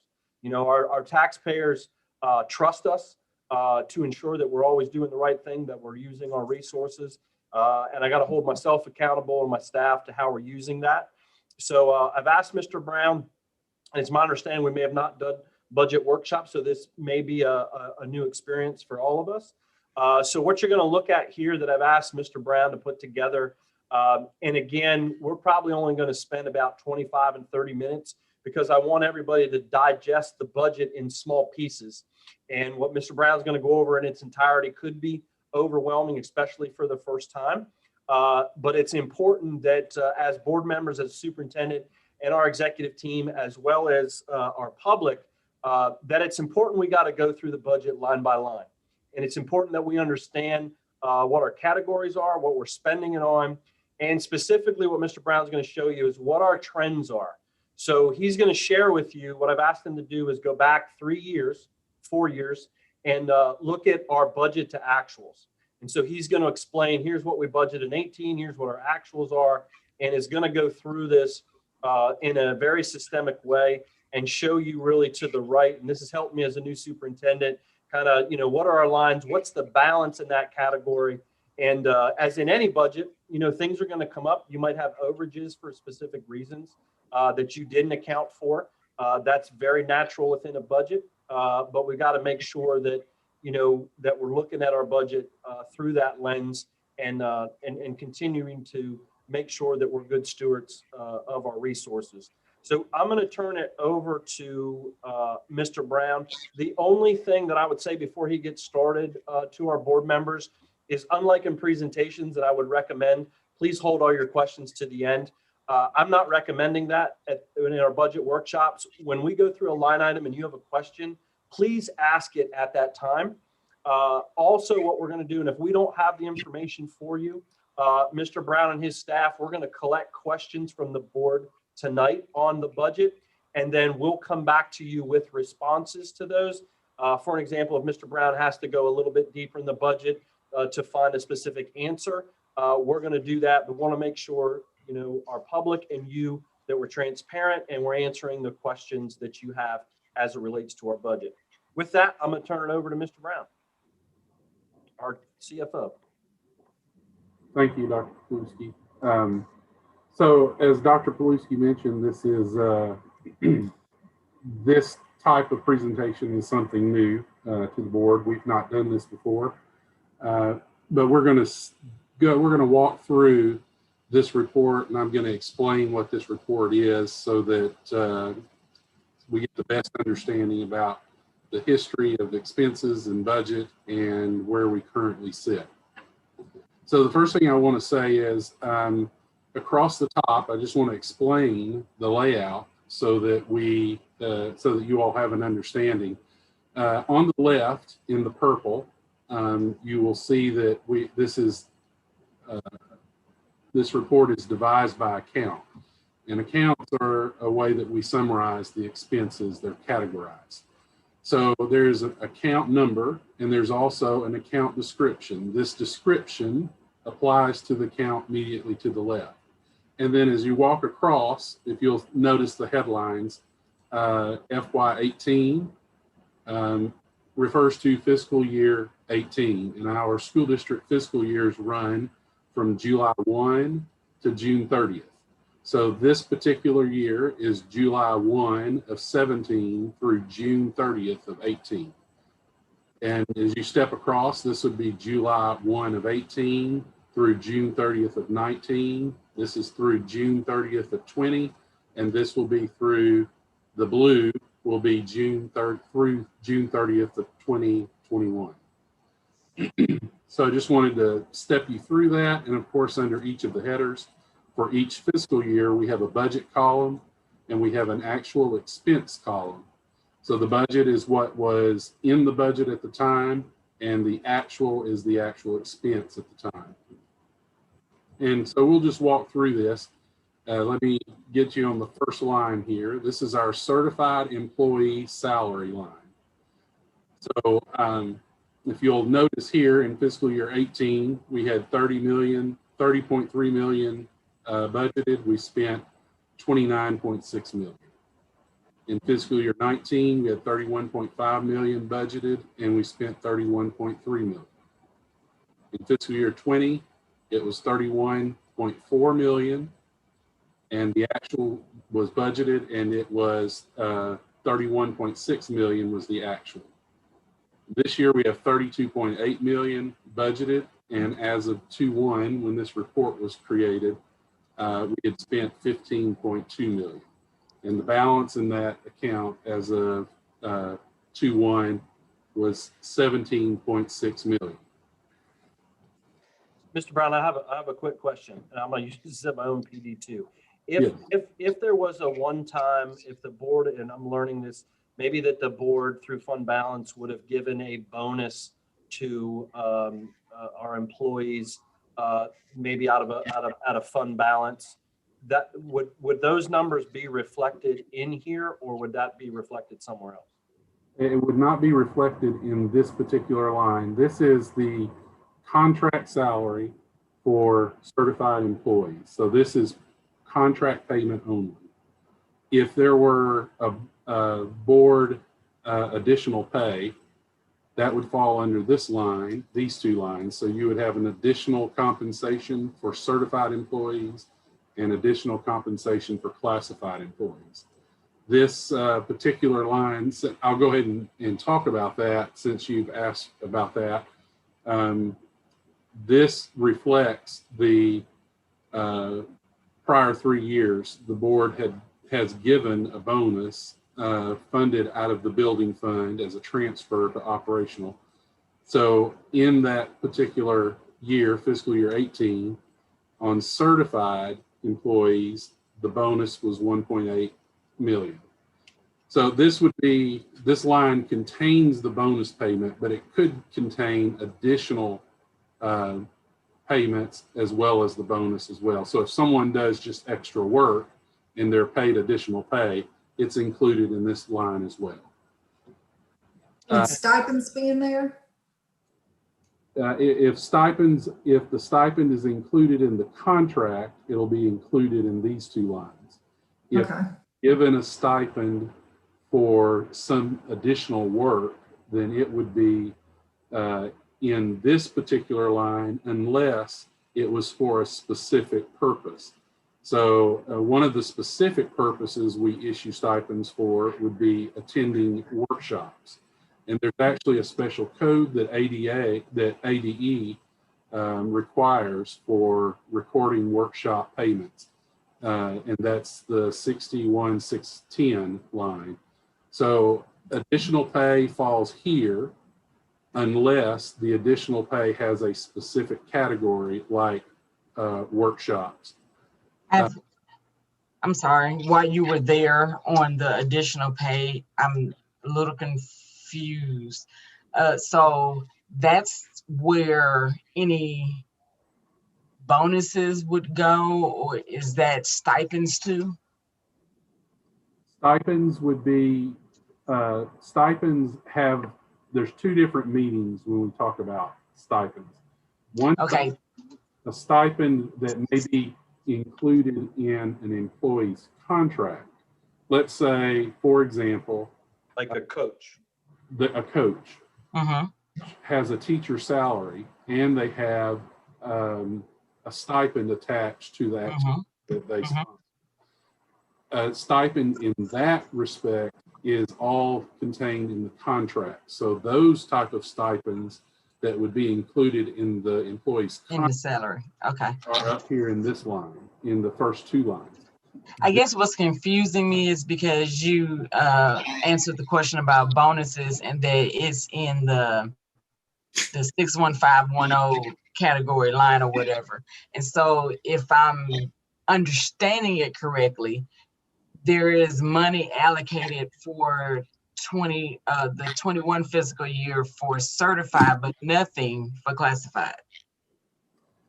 Yes, and let me also speak to that. I'm glad you brought that up. So there is a budget line here for certified, but this budget is not it's not rigid. It's not that we can't move these things around or even change the number. You can move budget between the two lines. So for instance, if this is where we end the year and I need 17,000 here on this line, but I also need some additional money here, you can move budget from here to here. You could also move budget if you had underspent on salaries. So here and here, let's say that we come in at $9 million on actual expenses for that budget can be moved to a different line. So the budget column is fluid in that we can move the funds as we need to accommodate needs as they arise. So let me ask just a follow-up to Dr. Redis's. So we do or do not budget bonuses? Because if we put 25,000, I guess to her point, we budget that for additional work. Right, but if you look at the trend over the last 18, 19, and 20, there's nothing in the budget column. It just says 0 for each fiscal year. And the only budgeted for bonuses for this year is 25-1. I'm just curious. Right. Yeah, So, thanks for highlighting that. My eyes are. Yes, so let me address that. So bonuses are just one type of expenditure that actually go into these two categories. Let's say that a teacher agrees to do Saturday school. That's not in their normal contract. If they come up and work on a Saturday, we're going to pay them extra. That would be something that would be recorded here on line 61,510 because that teacher is a certified employee. Let's say that a custodian agrees to work an event outside of his or her normal hours, and they're working, let's say, on a Saturday. They would turn in the timesheet. That would get classified under additional compensation. So bonuses are recorded here, but there are also additional pay items where people work outside their normal contract. They are recorded here as well. So the 25-1 is not sitting there for bonuses. That's sitting there for an additional pay that we attempted to put into the budget this year. I kind of get that, but looking at that, it just looks like we've put money in that category for a certified, but if a classified person did extra, there is no money for that. Well, so we have classified people. If you'll look at this line here, let's look at that second line. So in the actuals in fiscal year 21, we have paid $11,016 for additional work for classified people. We have paid in this line $17,337 actual to certified employees who have turned in additional timesheets. So while the budget's fluid, this number can actually change.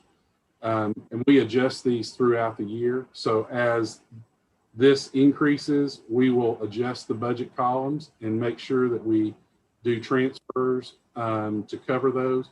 But you can see here on this line that we are paying for classified employees that do turn in additional work.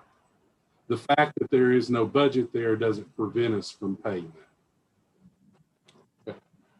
Very good question. I'm sorry. Somebody did somebody have a question? No, I was saying thank you. Okay. Thank you, Dr. Redis. Then also, I was going to point out the line above, the two we just talked about, the overtime. Now, their extra work that's outside the normal contract for classified get recorded on the line that we just talked about, unless it's an overtime situation. And then there's a special category for overtime. In the overtime for classified at this point, we've paid $61,511.60 in additional work for classified employees that was the result of overtime. So we have additional pay here of $11,000 to classified. We also have an additional pay for classified that has worked outside their contract that has resulted so far as of February 1 in $61,500 of overtime. So I just wanted to point that out. There are, when there's a special category, The additional work gets reported in that special category, whether it's overtime for classified or workshops for certified or classified. And then everything else falls within the 61, 5, 10, and 20, the lines that we spent the most time talking about. And Mr. Brown, just a quick, thank you for highlighting that. I think that helps when we have these discussions. I would be curious to know out of that line, as I'm understanding you, that in that additional compensation, as I was listening to you and the explanation with Dr. Redis, yes, one-time bonuses fit in that category, but beyond that, there are things naturally that hit that account in additional compensation each year, regardless if we were giving bonuses. Correct. Okay, then, but I would want to know, what is the difference that we're paying bonuses versus normal money out of that particular line item? Okay, we'll make note of that and research that for you. So then, and my other question is in overtime pay that I see that we've spent 109 and 18, 151 and 139. And probably when we build upon this, we'll have another column that says, here's our 3-year average trend of what we're spending.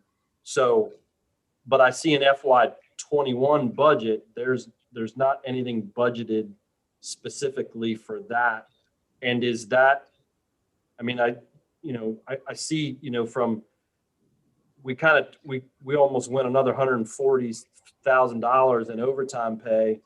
Curious what happened between FY18 at 109 and then we jumped to 151 and then we kind of went back down. Curious to know, what were we paying overtime in 19? And I don't know, we'd have to drill maybe down. Just curious, as you're looking across those numbers, what was the additional $40-some thousand we paid out? I actually have that data here.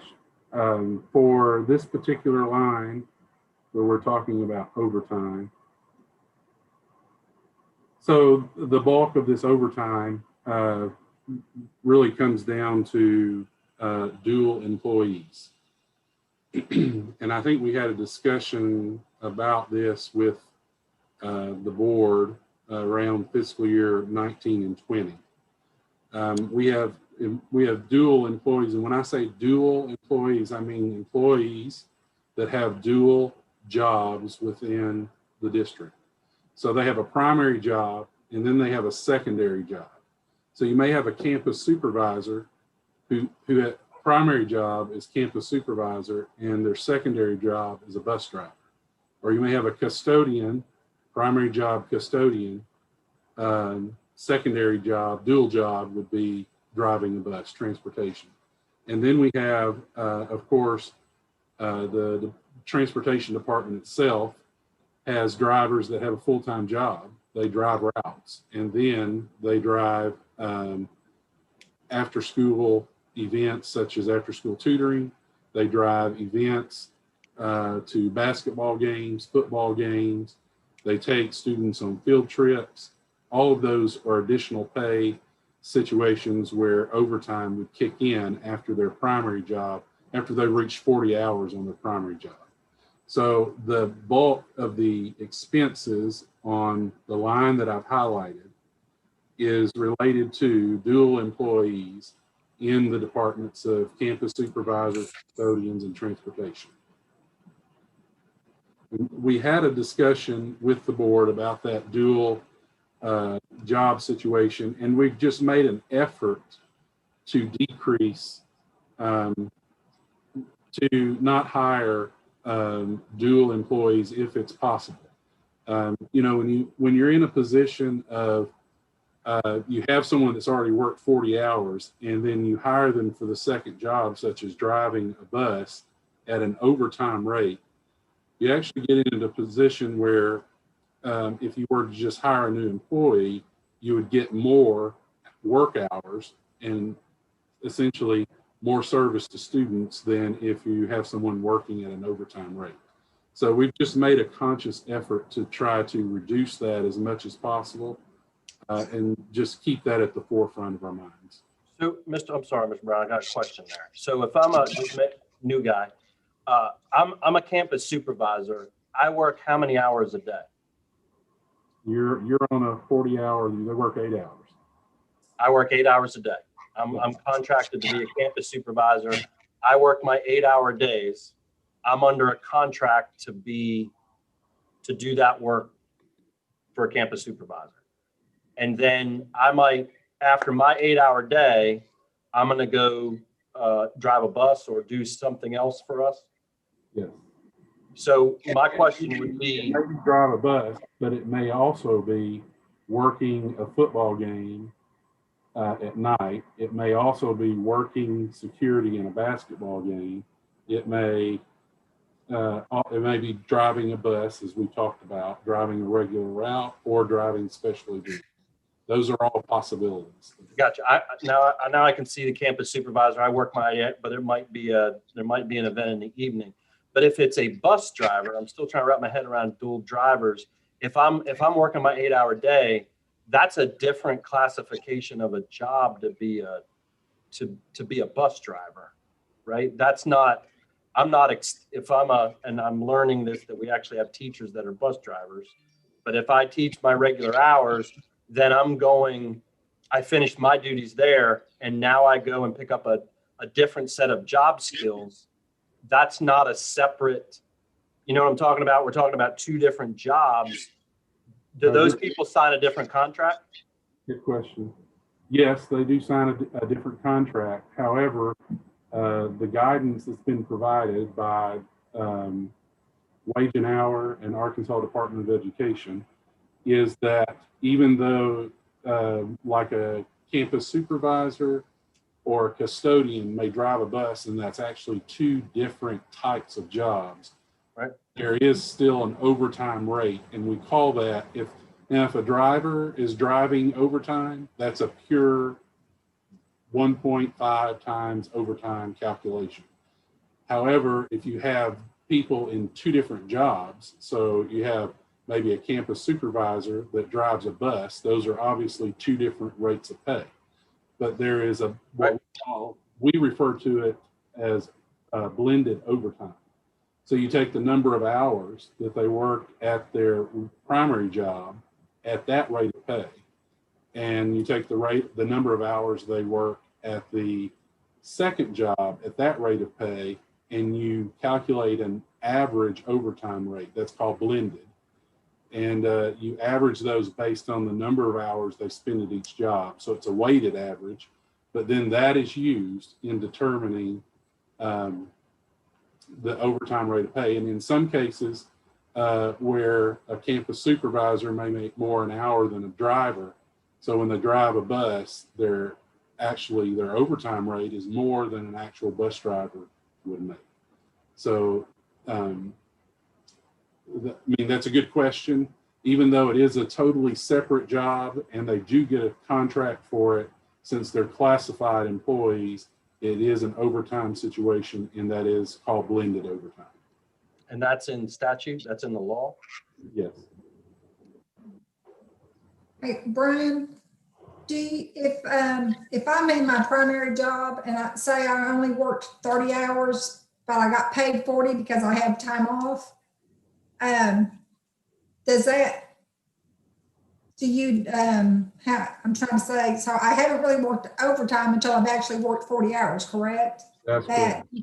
That's correct. So my time off that I'm paid for is not calculated in the overtime. That's correct.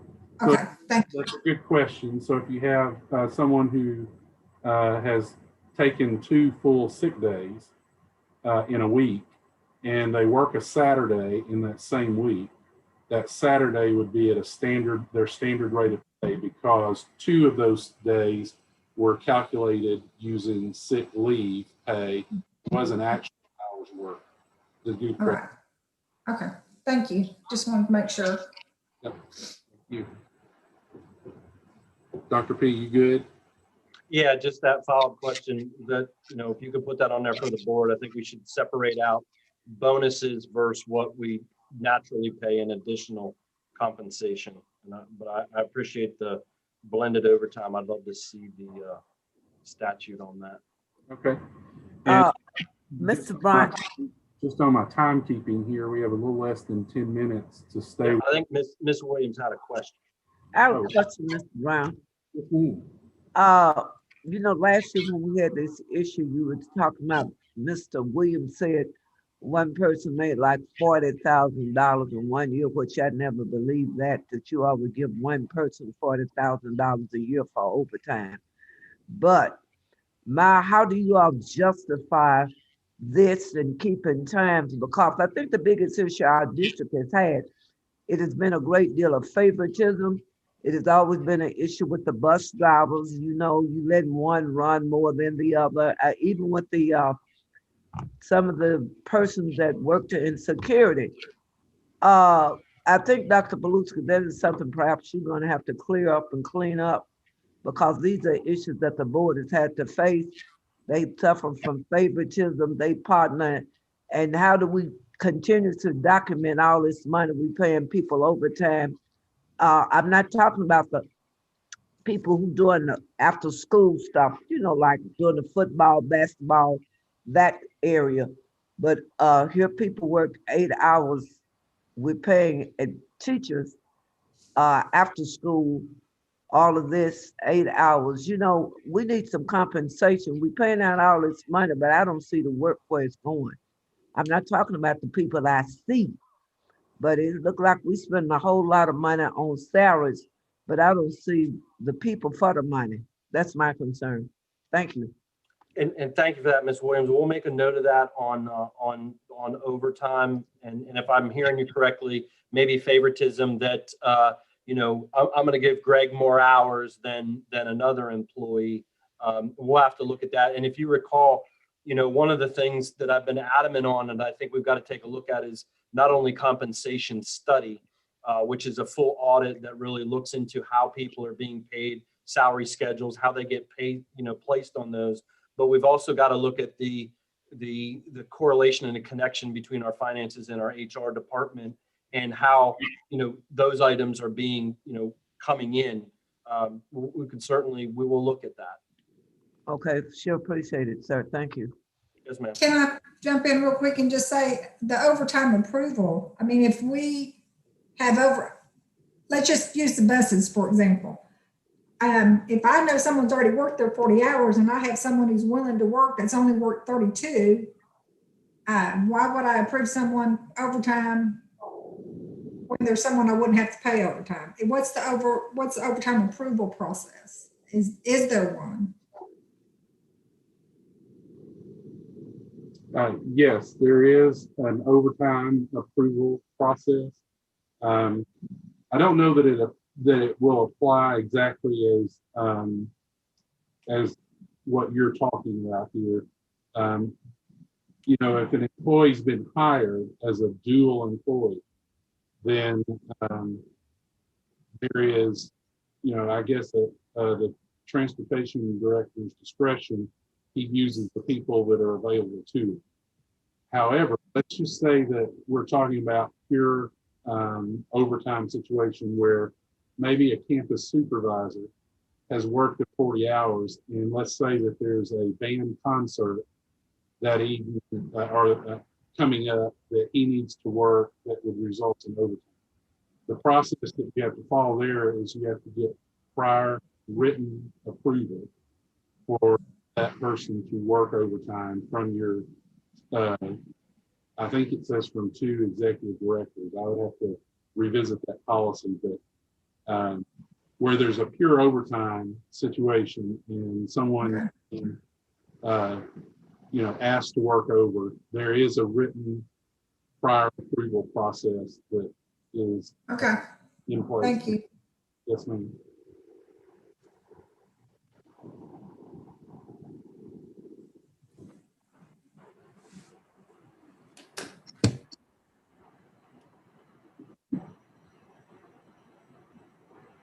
Okay, Dr. P, it looks like we're about 5 minutes from my time limit. Do I have permission to finish maybe down to this line 32? That would get us all of the 6 ones. We've talked pretty much about all of those. And if I could get down to the 6 ones, I think that would be a good stopping point. We could finish out that category, sure. Okay. All right, so we've talked about the overtime, the additional compensation, and what I'd like to look at here, we've briefly mentioned the workshop line here. That's traditionally paid for when teachers or classified employees, say an aide, is asked to attend some type of workshop on job training. So if teachers attend a workshop that's outside their 60 hours that's required, or if a classified employee attends a workshop that's outside the normal work hours, they may be paid a stipend. And if they are, that is reported on this line. So you can see in fiscal year 18, for certified, we paid $12,670. And then for classified, we paid $17,670. In 19, we paid $31.75 for certified and $79.15 for classified. And in fiscal year 20, we paid $1,385 for certified and $3521.80 for classified. We've not paid any this year. So, Mr. Brown, a very quick question on my end. Yes. Having studied this a little bit. So this has got workshops, classified, certified.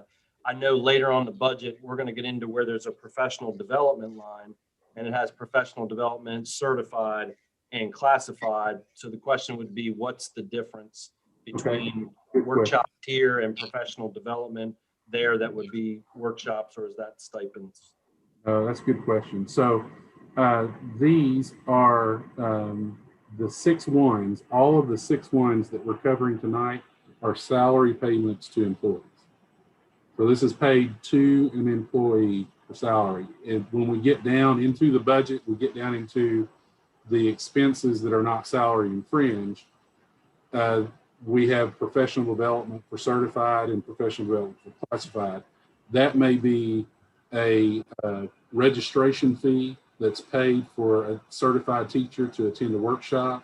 It may be a registration fee for a classified person to attend a workshop.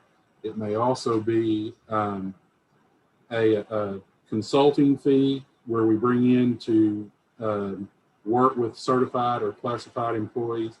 So everything you see up here in the front, the 6-1s that we've been talking about tonight, are when we're paying our employees for attending the workshop. Anything you see below the 6-1 will be down into the 6-3, 6-4, 6-5. That's when we pay someone other than the employee to conduct or to provide that workshop. So let me give you a quick example. So if we were doing a PD on a Saturday, that's outside the regular workday, the contract, but we're going to bring teachers in to do a PD for 5 hours. Would we pay them out of that? We would pay the teachers out of the 6-1. We would pay them right here out of the 6-1. Okay. That's where we would pay it out of. That would be the salary payment to the employees for attending it. Then you may have to pay the consultant for conducting. Yeah, gotcha. Yep, separate category. But lower into the budget. Paying the employee to attend, that would be it. Yes. All right, and then lines 24 and 25 are certified and classified subs. We have, these are in, so since this is a 6-1, that means that it is processed through our payroll and that we treat these subs as employees of the district. So there are certain situations where we may pay a sub through the district versus through WillSub. And if the sub is subbing in a position that has a specialized salary that is not within the scale that we use with WillSub, we pay them directly through the district. So an example of that would be, and we sort of researched that here in my office. So in-house certified subs. So let me click the line that I'm talking about. I'm getting the cursor back down here. So line 24 there, certified subs. Those are in-house people that are certified that are doing a specialized job. So that would be an example. That would be if we had a counselor that we called in to sub for a counselor that's out. Or if we had, we've had a person subbing in a 504 coordinator position. Or we have special case sub teachers where we're having them work for a long-term period of time, and that's being paid through the district.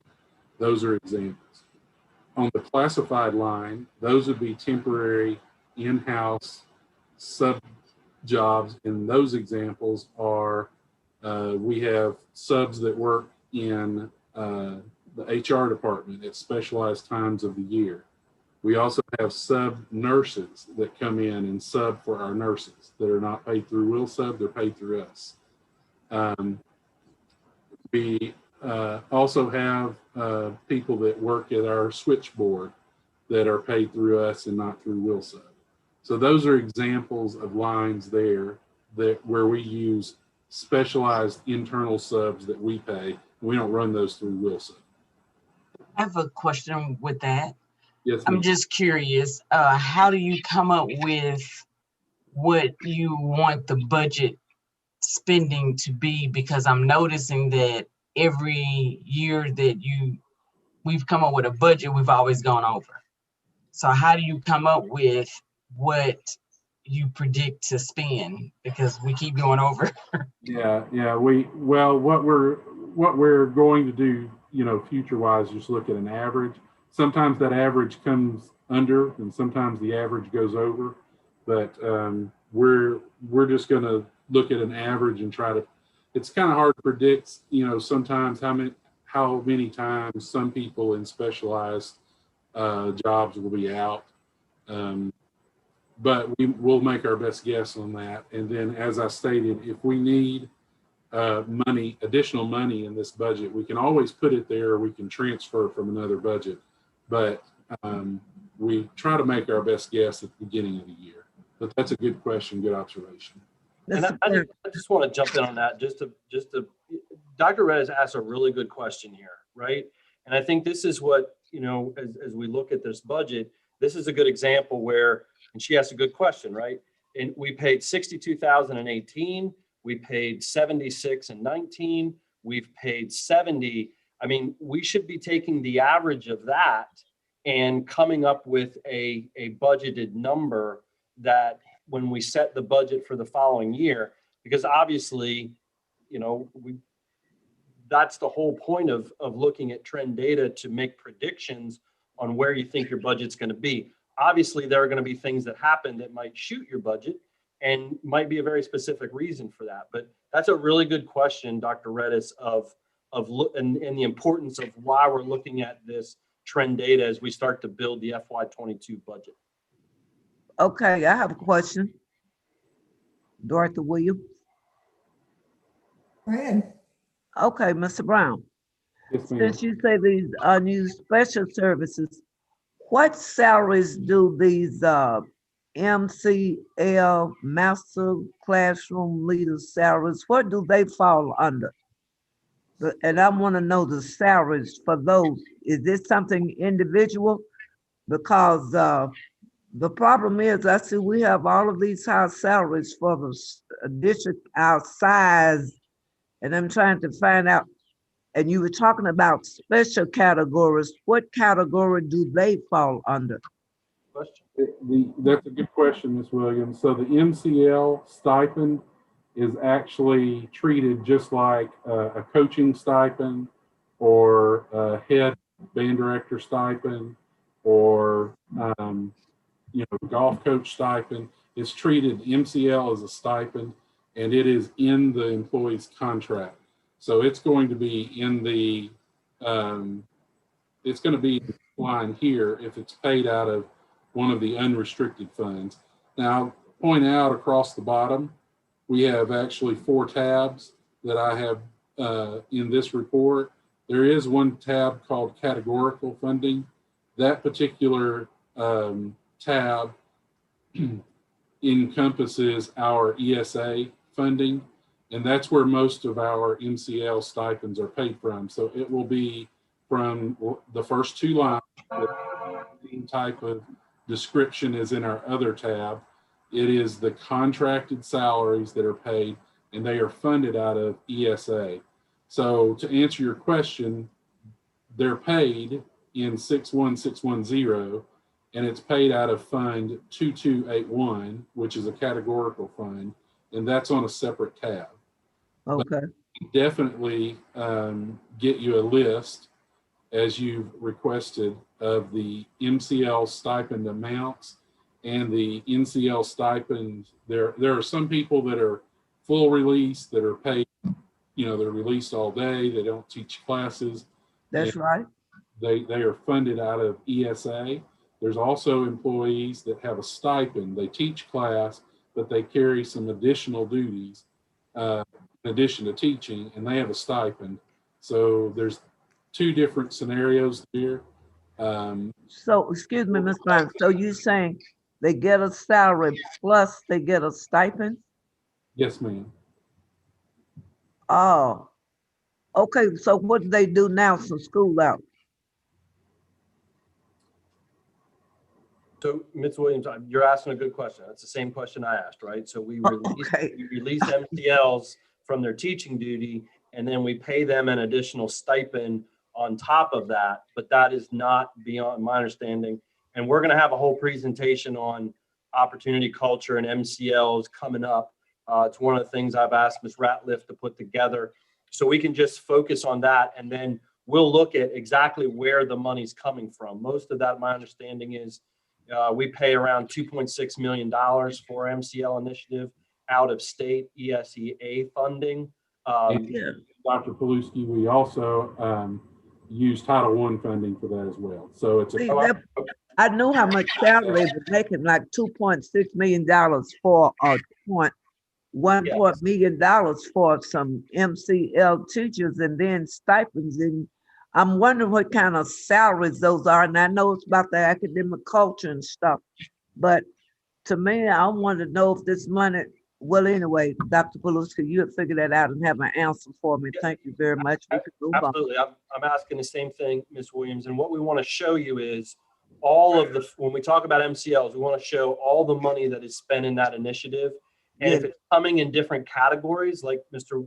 Brown's talking about, maybe the stipend is coming out of operational, but Title I federal funds paying for this chunk, and state SEA funds are paying for this chunk. We're gonna show you where all the money's going as it relates to that initiative from different pots. Oh, okay. But that's like $2 million. I wonder how many of those MCL teachers we have that we're paying $2 million to. Yes, so we're gonna show you those FTEs that are allocated to that. We're gonna show you how much they get in stipends.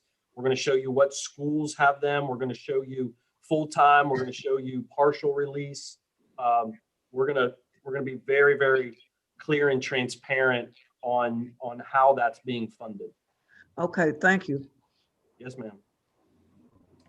I had a question, if you don't mind. I was just kind of wanting to know where exactly are the stipends for? Like that each individual is getting, what are they for? Are you talking about the Miss Person West? Are you talking about MCLs? Correct.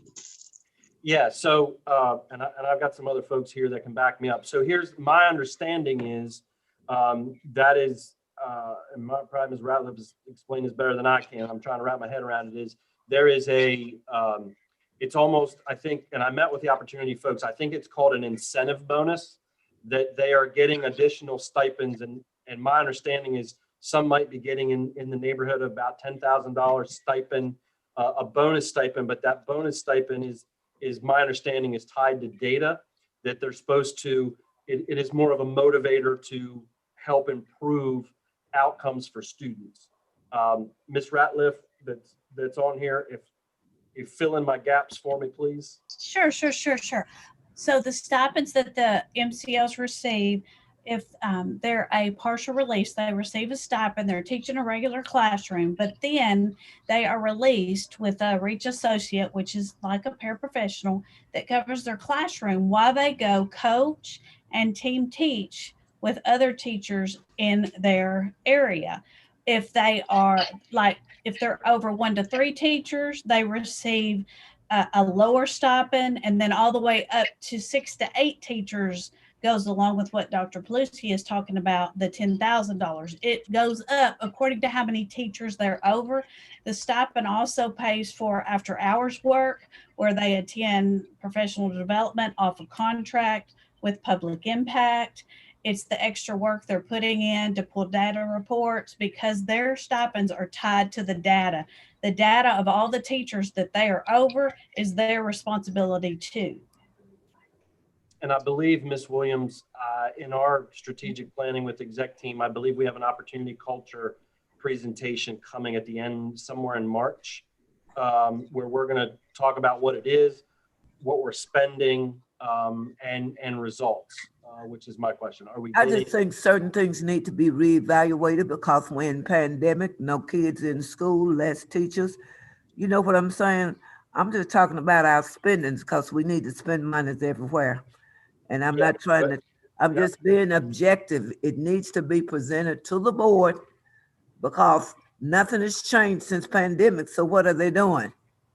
School is out. No students are hardly there. So what's going on? I'm just looking for some accountability, Mr. Paluski. Dr. Paluski, please.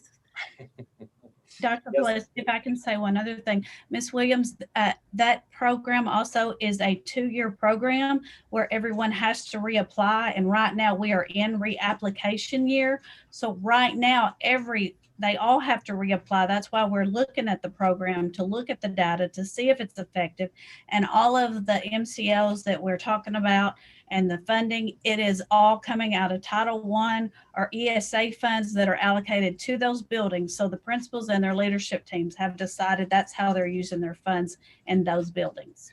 That's very good since they have to reapply. But I was just talking about, since we're, Ms. Ratliff, I'm sure that's you talking, right? So I was just asking you, maybe coming out of your Title I fundings, but what I'm saying, we need to be looking at things, reevaluating the needs now since school is out. You know what I'm saying? When I'm saying out, because I went to several buildings today and they're empty almost, okay? So you tell me what they're doing. Accountability, that's all. And you got the monies, but maybe the monies could be used somewhere else during this epidemic, the COVID-19. That's all I'm saying. And thank you for your response of reevaluation, okay? We will, Ms. Williams. We'll come back with a full report. I can also tell you that's one of my questions when I'm meeting with teachers in my focus groups. So I have my own anecdotal data to share on that as well during my transition report. And I just want to say, Ms. Ratliff, thank you also for answering that for me, because, you know, kind of in the same, to echo Ms. Williams, I'm a firm believer in being a steward, a good steward over whatever resources you have. And, you know, if kids are not in school, then it's really no need for that. Mr. Brown, I have just one quick question. I haven't been able to get my screen to shift over. Yes, but, sir. The numbers in the parentheses in red. Mr. Brown, could you give me a further explanation of that? Yes, sir. This is just comparing the actual in fiscal year 21, actual expenditure to what is in the budget column.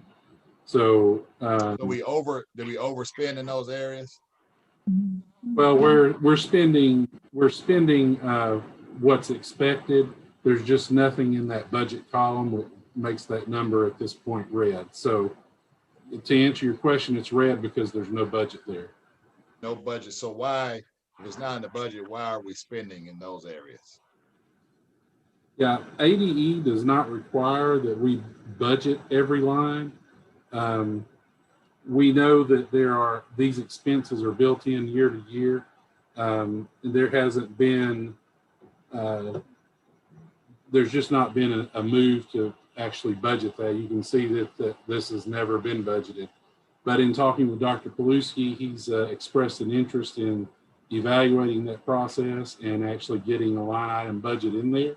So going forward, one of the reasons we're presenting this to you is to give you a picture of how we're actually operating now, and then we're going to make some tweaks, and then the budget will actually look a little bit different next year as we present that to you. But that's a good question. That's actually a question that come up with Dr. Paluski in his conversations about that. So what we'll do at the end of the year, we just absorb this in our, if there's a line where there's an expenditure that's not budgeted, we absorb that into the savings that we actually bring to you at the end of each year when we transfer that savings over to our building fund. That this just reduces out of that particular savings transfer. But Mr. Steele, you make a really good point, and that's a concern I'd had, you know, as Mr. Brown's telling, because if you that's a great question. If you look at just this and this unused sick leave, this particular category is when, you know, folks retire and we got to pay out sick leave, which can fluctuate obviously year to year, right? We don't know how many folks are going to retire, but that's why this is valuable to look at a 5-year trend data, because when Mr. Brown and I did this the other day, when you look over, to your point, there's nothing budgeted year after year after year after year, but yet we're spending, you know, anywhere between 100 in some of those categories to 70. Then in preparing a budget, we should be looking at that trend data. And I think when Mr. Brown and I looked at it, the trend over the last 3 years, and I think this category was like 189,000. And that's where we should be budgeting. Okay, within our budget is 200,000, because the next question that I asked was, so if it's not budgeted, then where's the money coming from to pay for it? And that's what I was trying to understand with Mr. Brown is,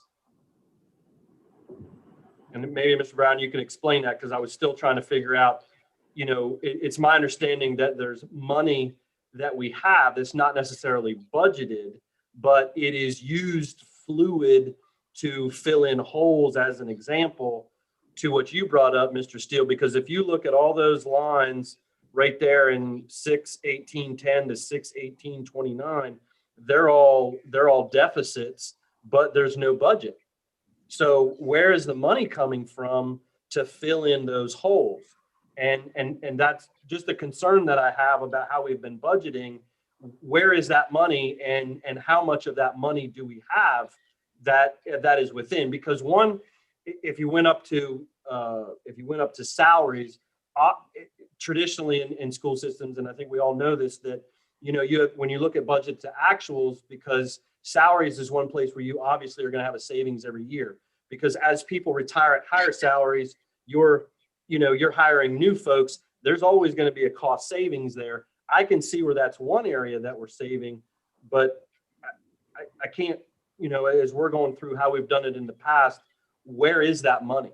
And we just got to be accountable to where is it, and to the board and to the public, because things are going to come up, right? If a chiller broke or a boiler, we got to be able to pay for that. That's an unexpected cost, but where are those funds within this budget? And that needs to be clear to the board, needs to be clear to me as a superintendent, and it needs to be clear to the public. Brian, I have a suggestion. On this page, if you went down to the bottom of these items and did a column total, it might be more clear. Do you have a column total on the benefit? You do. So it may be more clear how close the budget is to overall. That's right. There is a comparison here. Okay, I didn't see that. Okay. Yes, because when I don't know if it's appropriate to do that, but when I annualize the salaries, it looks like we're going to be really below our salaries this year. But I don't know if annualizing works in this. Well, yeah, that's a good question. Actually, at the end of February, we pulled this report February 1. So we're not actually halfway between. We're like on payment 10 out of 24. So okay. At the end of February, we pulled this before the first payment in February. So there's actually 2 payments that happen in February. That will be the end of February would actually be an average of 12 payments out of the 24 which would be halfway through. Okay, so it doesn't go by month. So I couldn't do 7 months of the 12 and annualize. No, Okay. not at this point. Yeah. I got it. That would explain it. Okay, thank you. So it's Are we at the last item? yeah. Yes, sir. I actually just have 2 more categories of items that we can cover, and we'll be finished for the evening. The first item I wanted to cover was the ones that are highlighted. That is unused sick leave, and as you referenced a moment ago, that's payment to employees for their unused sick leave. And the ADE requires that we record the expenses according to not only the certification, whether they're a certified, CRT stands for certified, CLS stands for classified, but it also requires that we break that down into employees that are receiving the pay for separating and those that are receiving the pay that are not separating. So we actually break those down. So we actually, employees that have so certified employees that have more than 100 sick days, we buy those back annually. There's a requirement that they have 5 continuous years of service in the district to qualify for that benefit. We actually buy those back at the end of each year, and that would be an example of the first line where a certified employee receives payment for unused sick leave that would be over 100, and they're not separating. We're just buying them down to 100, and then they get replenished with additional days for the following year. Then the second line, the 61819, is actually where they separate. So that would be certified employees that are retired. When they retire, we buy them back if they've had 15 years of service. We get notes up here. If they've had 15 years of service and they're retiring, we do buy their unused sick leave from them at retirement. And then the same grouping and same application for classified. The third line is for, line 28 is for classified that are not separating, that have over 100 days, and we're buying them down to 100. And then the last line, line 29 there, is for classified employees that are separating, they're actually retiring, and we're buying their unused sick leave. And then the last group of is the early retirement incentive. That's where our longevity pay is actually recorded. So longevity is broken down into certified and classified. You can see there that we've paid $55,000 in for certified in fiscal year 18, and $28,000 in classified in 18, 14 and 21 respectively in 19, 35,000 and 11,000 respectively in 20, and so far this year we've paid 15,000 and 7,000 respectively to certified and classified in fiscal year 21. And that ends the grouping of salary. So here, this begins 6-2. The first 2 digits here on this line are 6-2, not 6-1. 6-1 are all salary payments to our employees. 6-2 begins our benefit payments. So I think this is a good breaking point, Dr. Paluski, if we want to pick up here with a different night of discussion. Mr. Brown. Yep. Dr. I want to ask you a question, Mr. Brown. Go back to that. What is the new policy that's on when a longevity pay? Remember, a teacher can retire and we give them longevity pay, and then they come back to teach again. They are not supposed to get another longevity pay, are they? Remember, you tried to explain that policy because a teacher did come back and she did get longevity pay twice, and it was in the policy. I thought that we did several years ago. So is that documented now that teachers understand that? Yes, ma'am. Let me explain that policy.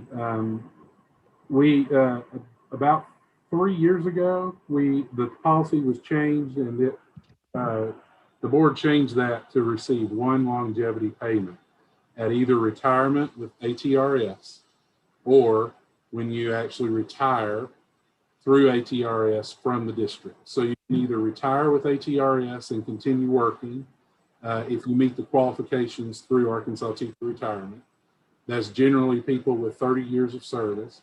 So if you have 30 years of service, you can retire and continue to work. So when that happens, the employee has to determine, do I want to take my longevity pay now and stop the longevity clock? Or do I want to continue to work even though I'm retiring and drawing my retirement? If I plan to work 10 more years, do I want to take that one longevity pay at the end of my working history with North Little Rock and get paid for the entire, so like 40 years. So the example I just gave is someone working 30, they retire, and then they continue to work. Another example, they could take their longevity pay at the end, when they retire with ATRS and not count the next 10 years they want to work.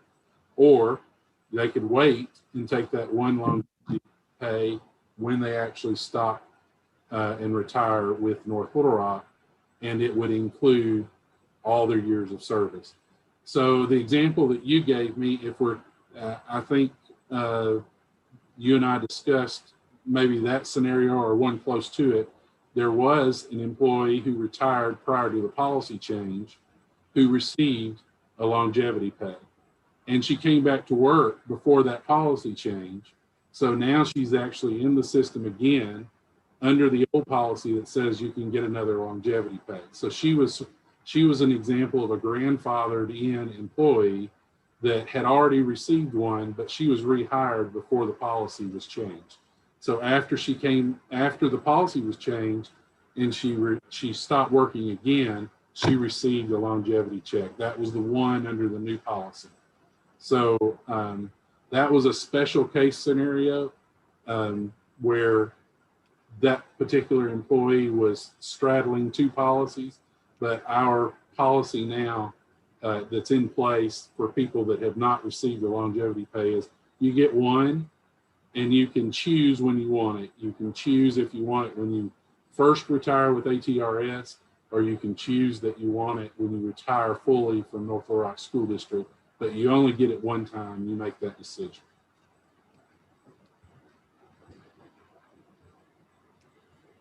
Thank you, Mr. Brown. Yes, ma'am. Thank you. Are there any other questions for our first budget workshop? Give me them. Will we be going over these other pages, or just we look at them ourselves and ask any questions we have? Yeah, What? yes, ma'am. We're gonna keep doing what we're doing right now. So each work session, we will do a small chunk of this. So we'll kind of take it in small chunks. So you can see that when we get down to the bottom, as Mr. Brown alluded to, we'll go through food services, eventually federal, but you have it. We want to make sure that you had it, the public had it, so you could take a look at it ahead of time. And then we will continue to work through the budget, Ms. Temple, line by line as we start to build FY22. Okay, thank you. Yes, ma'am. Are there any other comments? So, yep. Are there any other comments about that? And I was just going to say, Madam President, then we just have one more item before we conclude. Okay. And Madam President, that is item number 5, which is a resolution for transfer of funds between banking institutions. And I'll turn that over to Mr. Brown.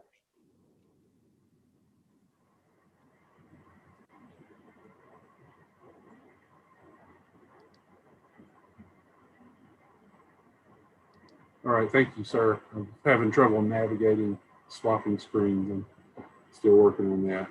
Let me see if I can share my screen and get that up for you.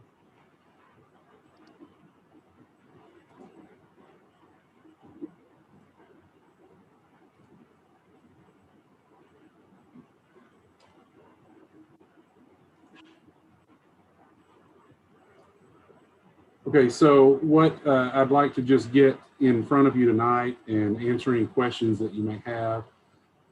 If you recall, and some of you have come on the board since the July 7th and September meeting have happened, but in July, we issued an RFP for primary banking services. And then at the September 17th regular board meeting, the board approved First Security Bank as the district's primary banking, to provide district's primary banking services. So from that September 17th until now, we've been setting up our accounting structure, our account structure with the bank, our online accounts. We've been collecting signatures. We've been testing electronic file uploads for payroll and accounts payable. We've been ordering our bank forms. We're to the process now where we're ready to start transferring funds. So I wanted to bring a resolution to you at your next board meeting that would authorize us to do the following. And we're going to start the movement of district funds from our current bank to First Security. So we'll do that by wire. We'll just arrange those wires and start the movement. We'll leave some funds at our current banking institution so that we can close out our work on closing out those other accounts, because obviously we have checks that have been issued on those, and we'll have to work on getting those cleared and that account shut down. And that's a big operation for a district our size. We're also going to get your authorization to start directing our vendors to change direct deposits from our current institution to First Security Bank. And, you know, some of our big vendors are the Department of Education, the federal government, Department of Human Services, those type of vendors. So we're going to direct them to change our direct deposit, but I want an official form from the board to provide to the vendor showing that this authorization has been granted. And then we're asking for authorization as well to keep our prior accounts open to finalize all those banking services. So we're going to allow our checks to clear, and then to make sure we don't miss any vendors that are direct depositing with us, that we'll keep the accounts open to collect the deposit. We'll transfer them as they come in to First Security, but that'll be our test sorter to make sure we get all of our vendors accounted for. So what we're doing is just giving you a preliminary look at this, and of course, that third page of this agenda item is just the resolution itself. It says, whereas the request for proposals was issued on July the 7th, whereas the board has already approved First Security Bank on September the 17th, be it resolved that the finance office has authorization to commence the movement of funds beginning February the 19th. That'll be the day after the board meeting. Also direct vendors to change direct deposits, and then keep our prior accounts open until we are able to get our banking business officially closed down. So we'll be bringing this to you for approval at the regular board meeting. I just wanted to let you have an advanced look at it and ask any questions about it if you had any. If not, we'll just look for your approval on the regular board meeting. I just have a curious question. How often do we do this? Like, is it like every 3 years, every 4 years, 5 years? How often do we do that? I think this is the first time it's been done in 30 years. Okay. You know, we had what prompted this just in the past 2 years is we've had a lot of our banking institutions, you know, locally that support our school district. And they come in and they express an interest. You know, we'd like the opportunity to bid and to participate in the, you know, in obtaining your primary banking services. And so we started looking back at that, and I can't speak to if there were RFPs done way back then, but I can tell you we've been with one banking institution for over 30 years. And I know since I've been here since 2013, it has not been reevaluated. So you know, we had many banks that I'm talking 5 or 6 that came to us and said, hey, we'd just like a shot at it, you know, up or down. We'd just like to be able to present. And if we if we're selected, that'd be great. If not, we had an opportunity. And so I just felt like it was time for us to do that. And so we mapped out a time frame that would work with the finance office, and you know, ending a year and beginning a year, and a good time to actually do the conversion. And so we issued the RFP, and we came up with the First Security Bank, and they were one of the ones that came to me that said, we want your business. So Cool. I was just curious if it was, you know, a time frame. typically, I mean, the RFP that we issued said that we will, that this is renewable up to 5 years. Okay. And we evaluate at that time. And we may issue another RFP in 5 years. We may just keep this process going so that the people who support us in our community will get that opportunity at business if they want it. And I think that's important.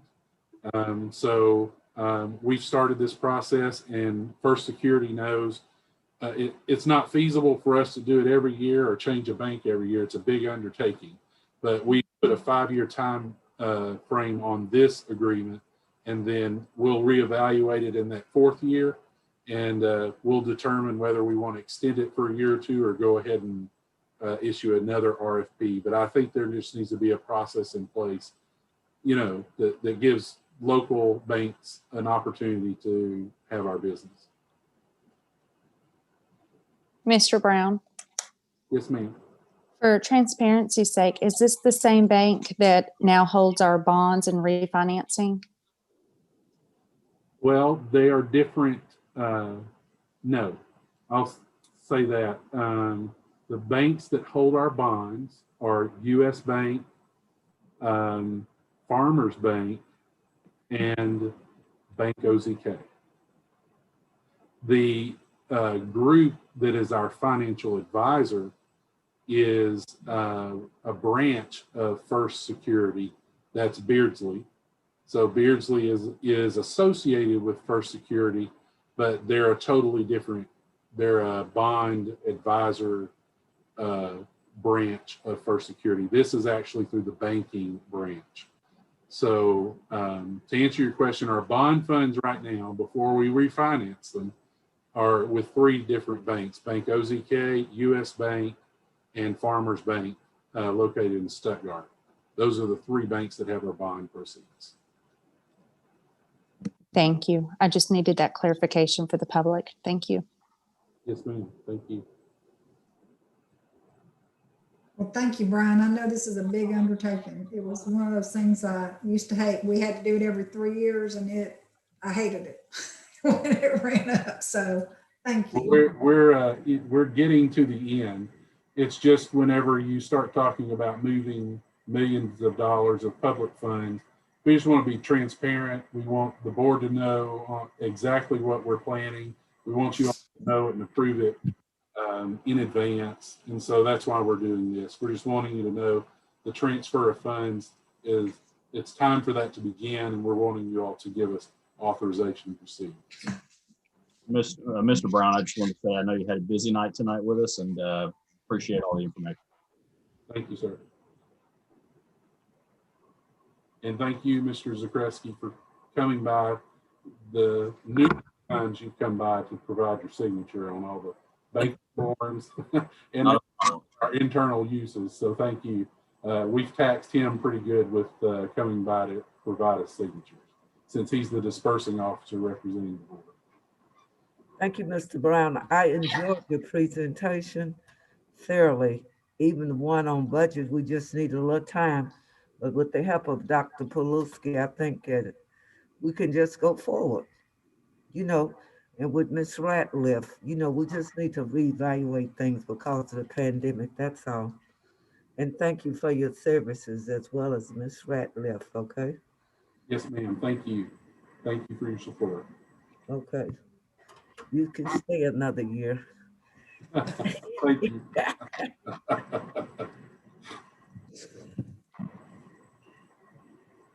Okay. Yes, ma'am. Anything else, or are we ready to wrap it up? Time to wrap it up, baby. Wrap it up, baby. Wrap it up. I just, Madam President, just want to thank everybody for hanging in there. I know this may have been a little bit longer board meeting, but you know, it's important that we, you know, go through the budget, and I appreciate everybody's support for us doing that, maybe differently than we've done in the past. Just want to remind everybody, we do have our, I'm very excited about Saturday. We've got our board retreat. That'll be a whole day, 8:30 to 4. We're going to have to change the location to the boardroom because we have to ensure that the meeting has audio, video, ensure that we're meeting the letter of the law, and we'll be sending that agenda out to the public tomorrow. I'm not worried about the connection. Thank you. So with that, Ms. President, it's all yours. Okay, well, I look forward to seeing everybody Saturday. Everybody stay safe. Okay. Stay safe. See you Saturday. Thanks, staff, for being here tonight. Thank you. Thank you.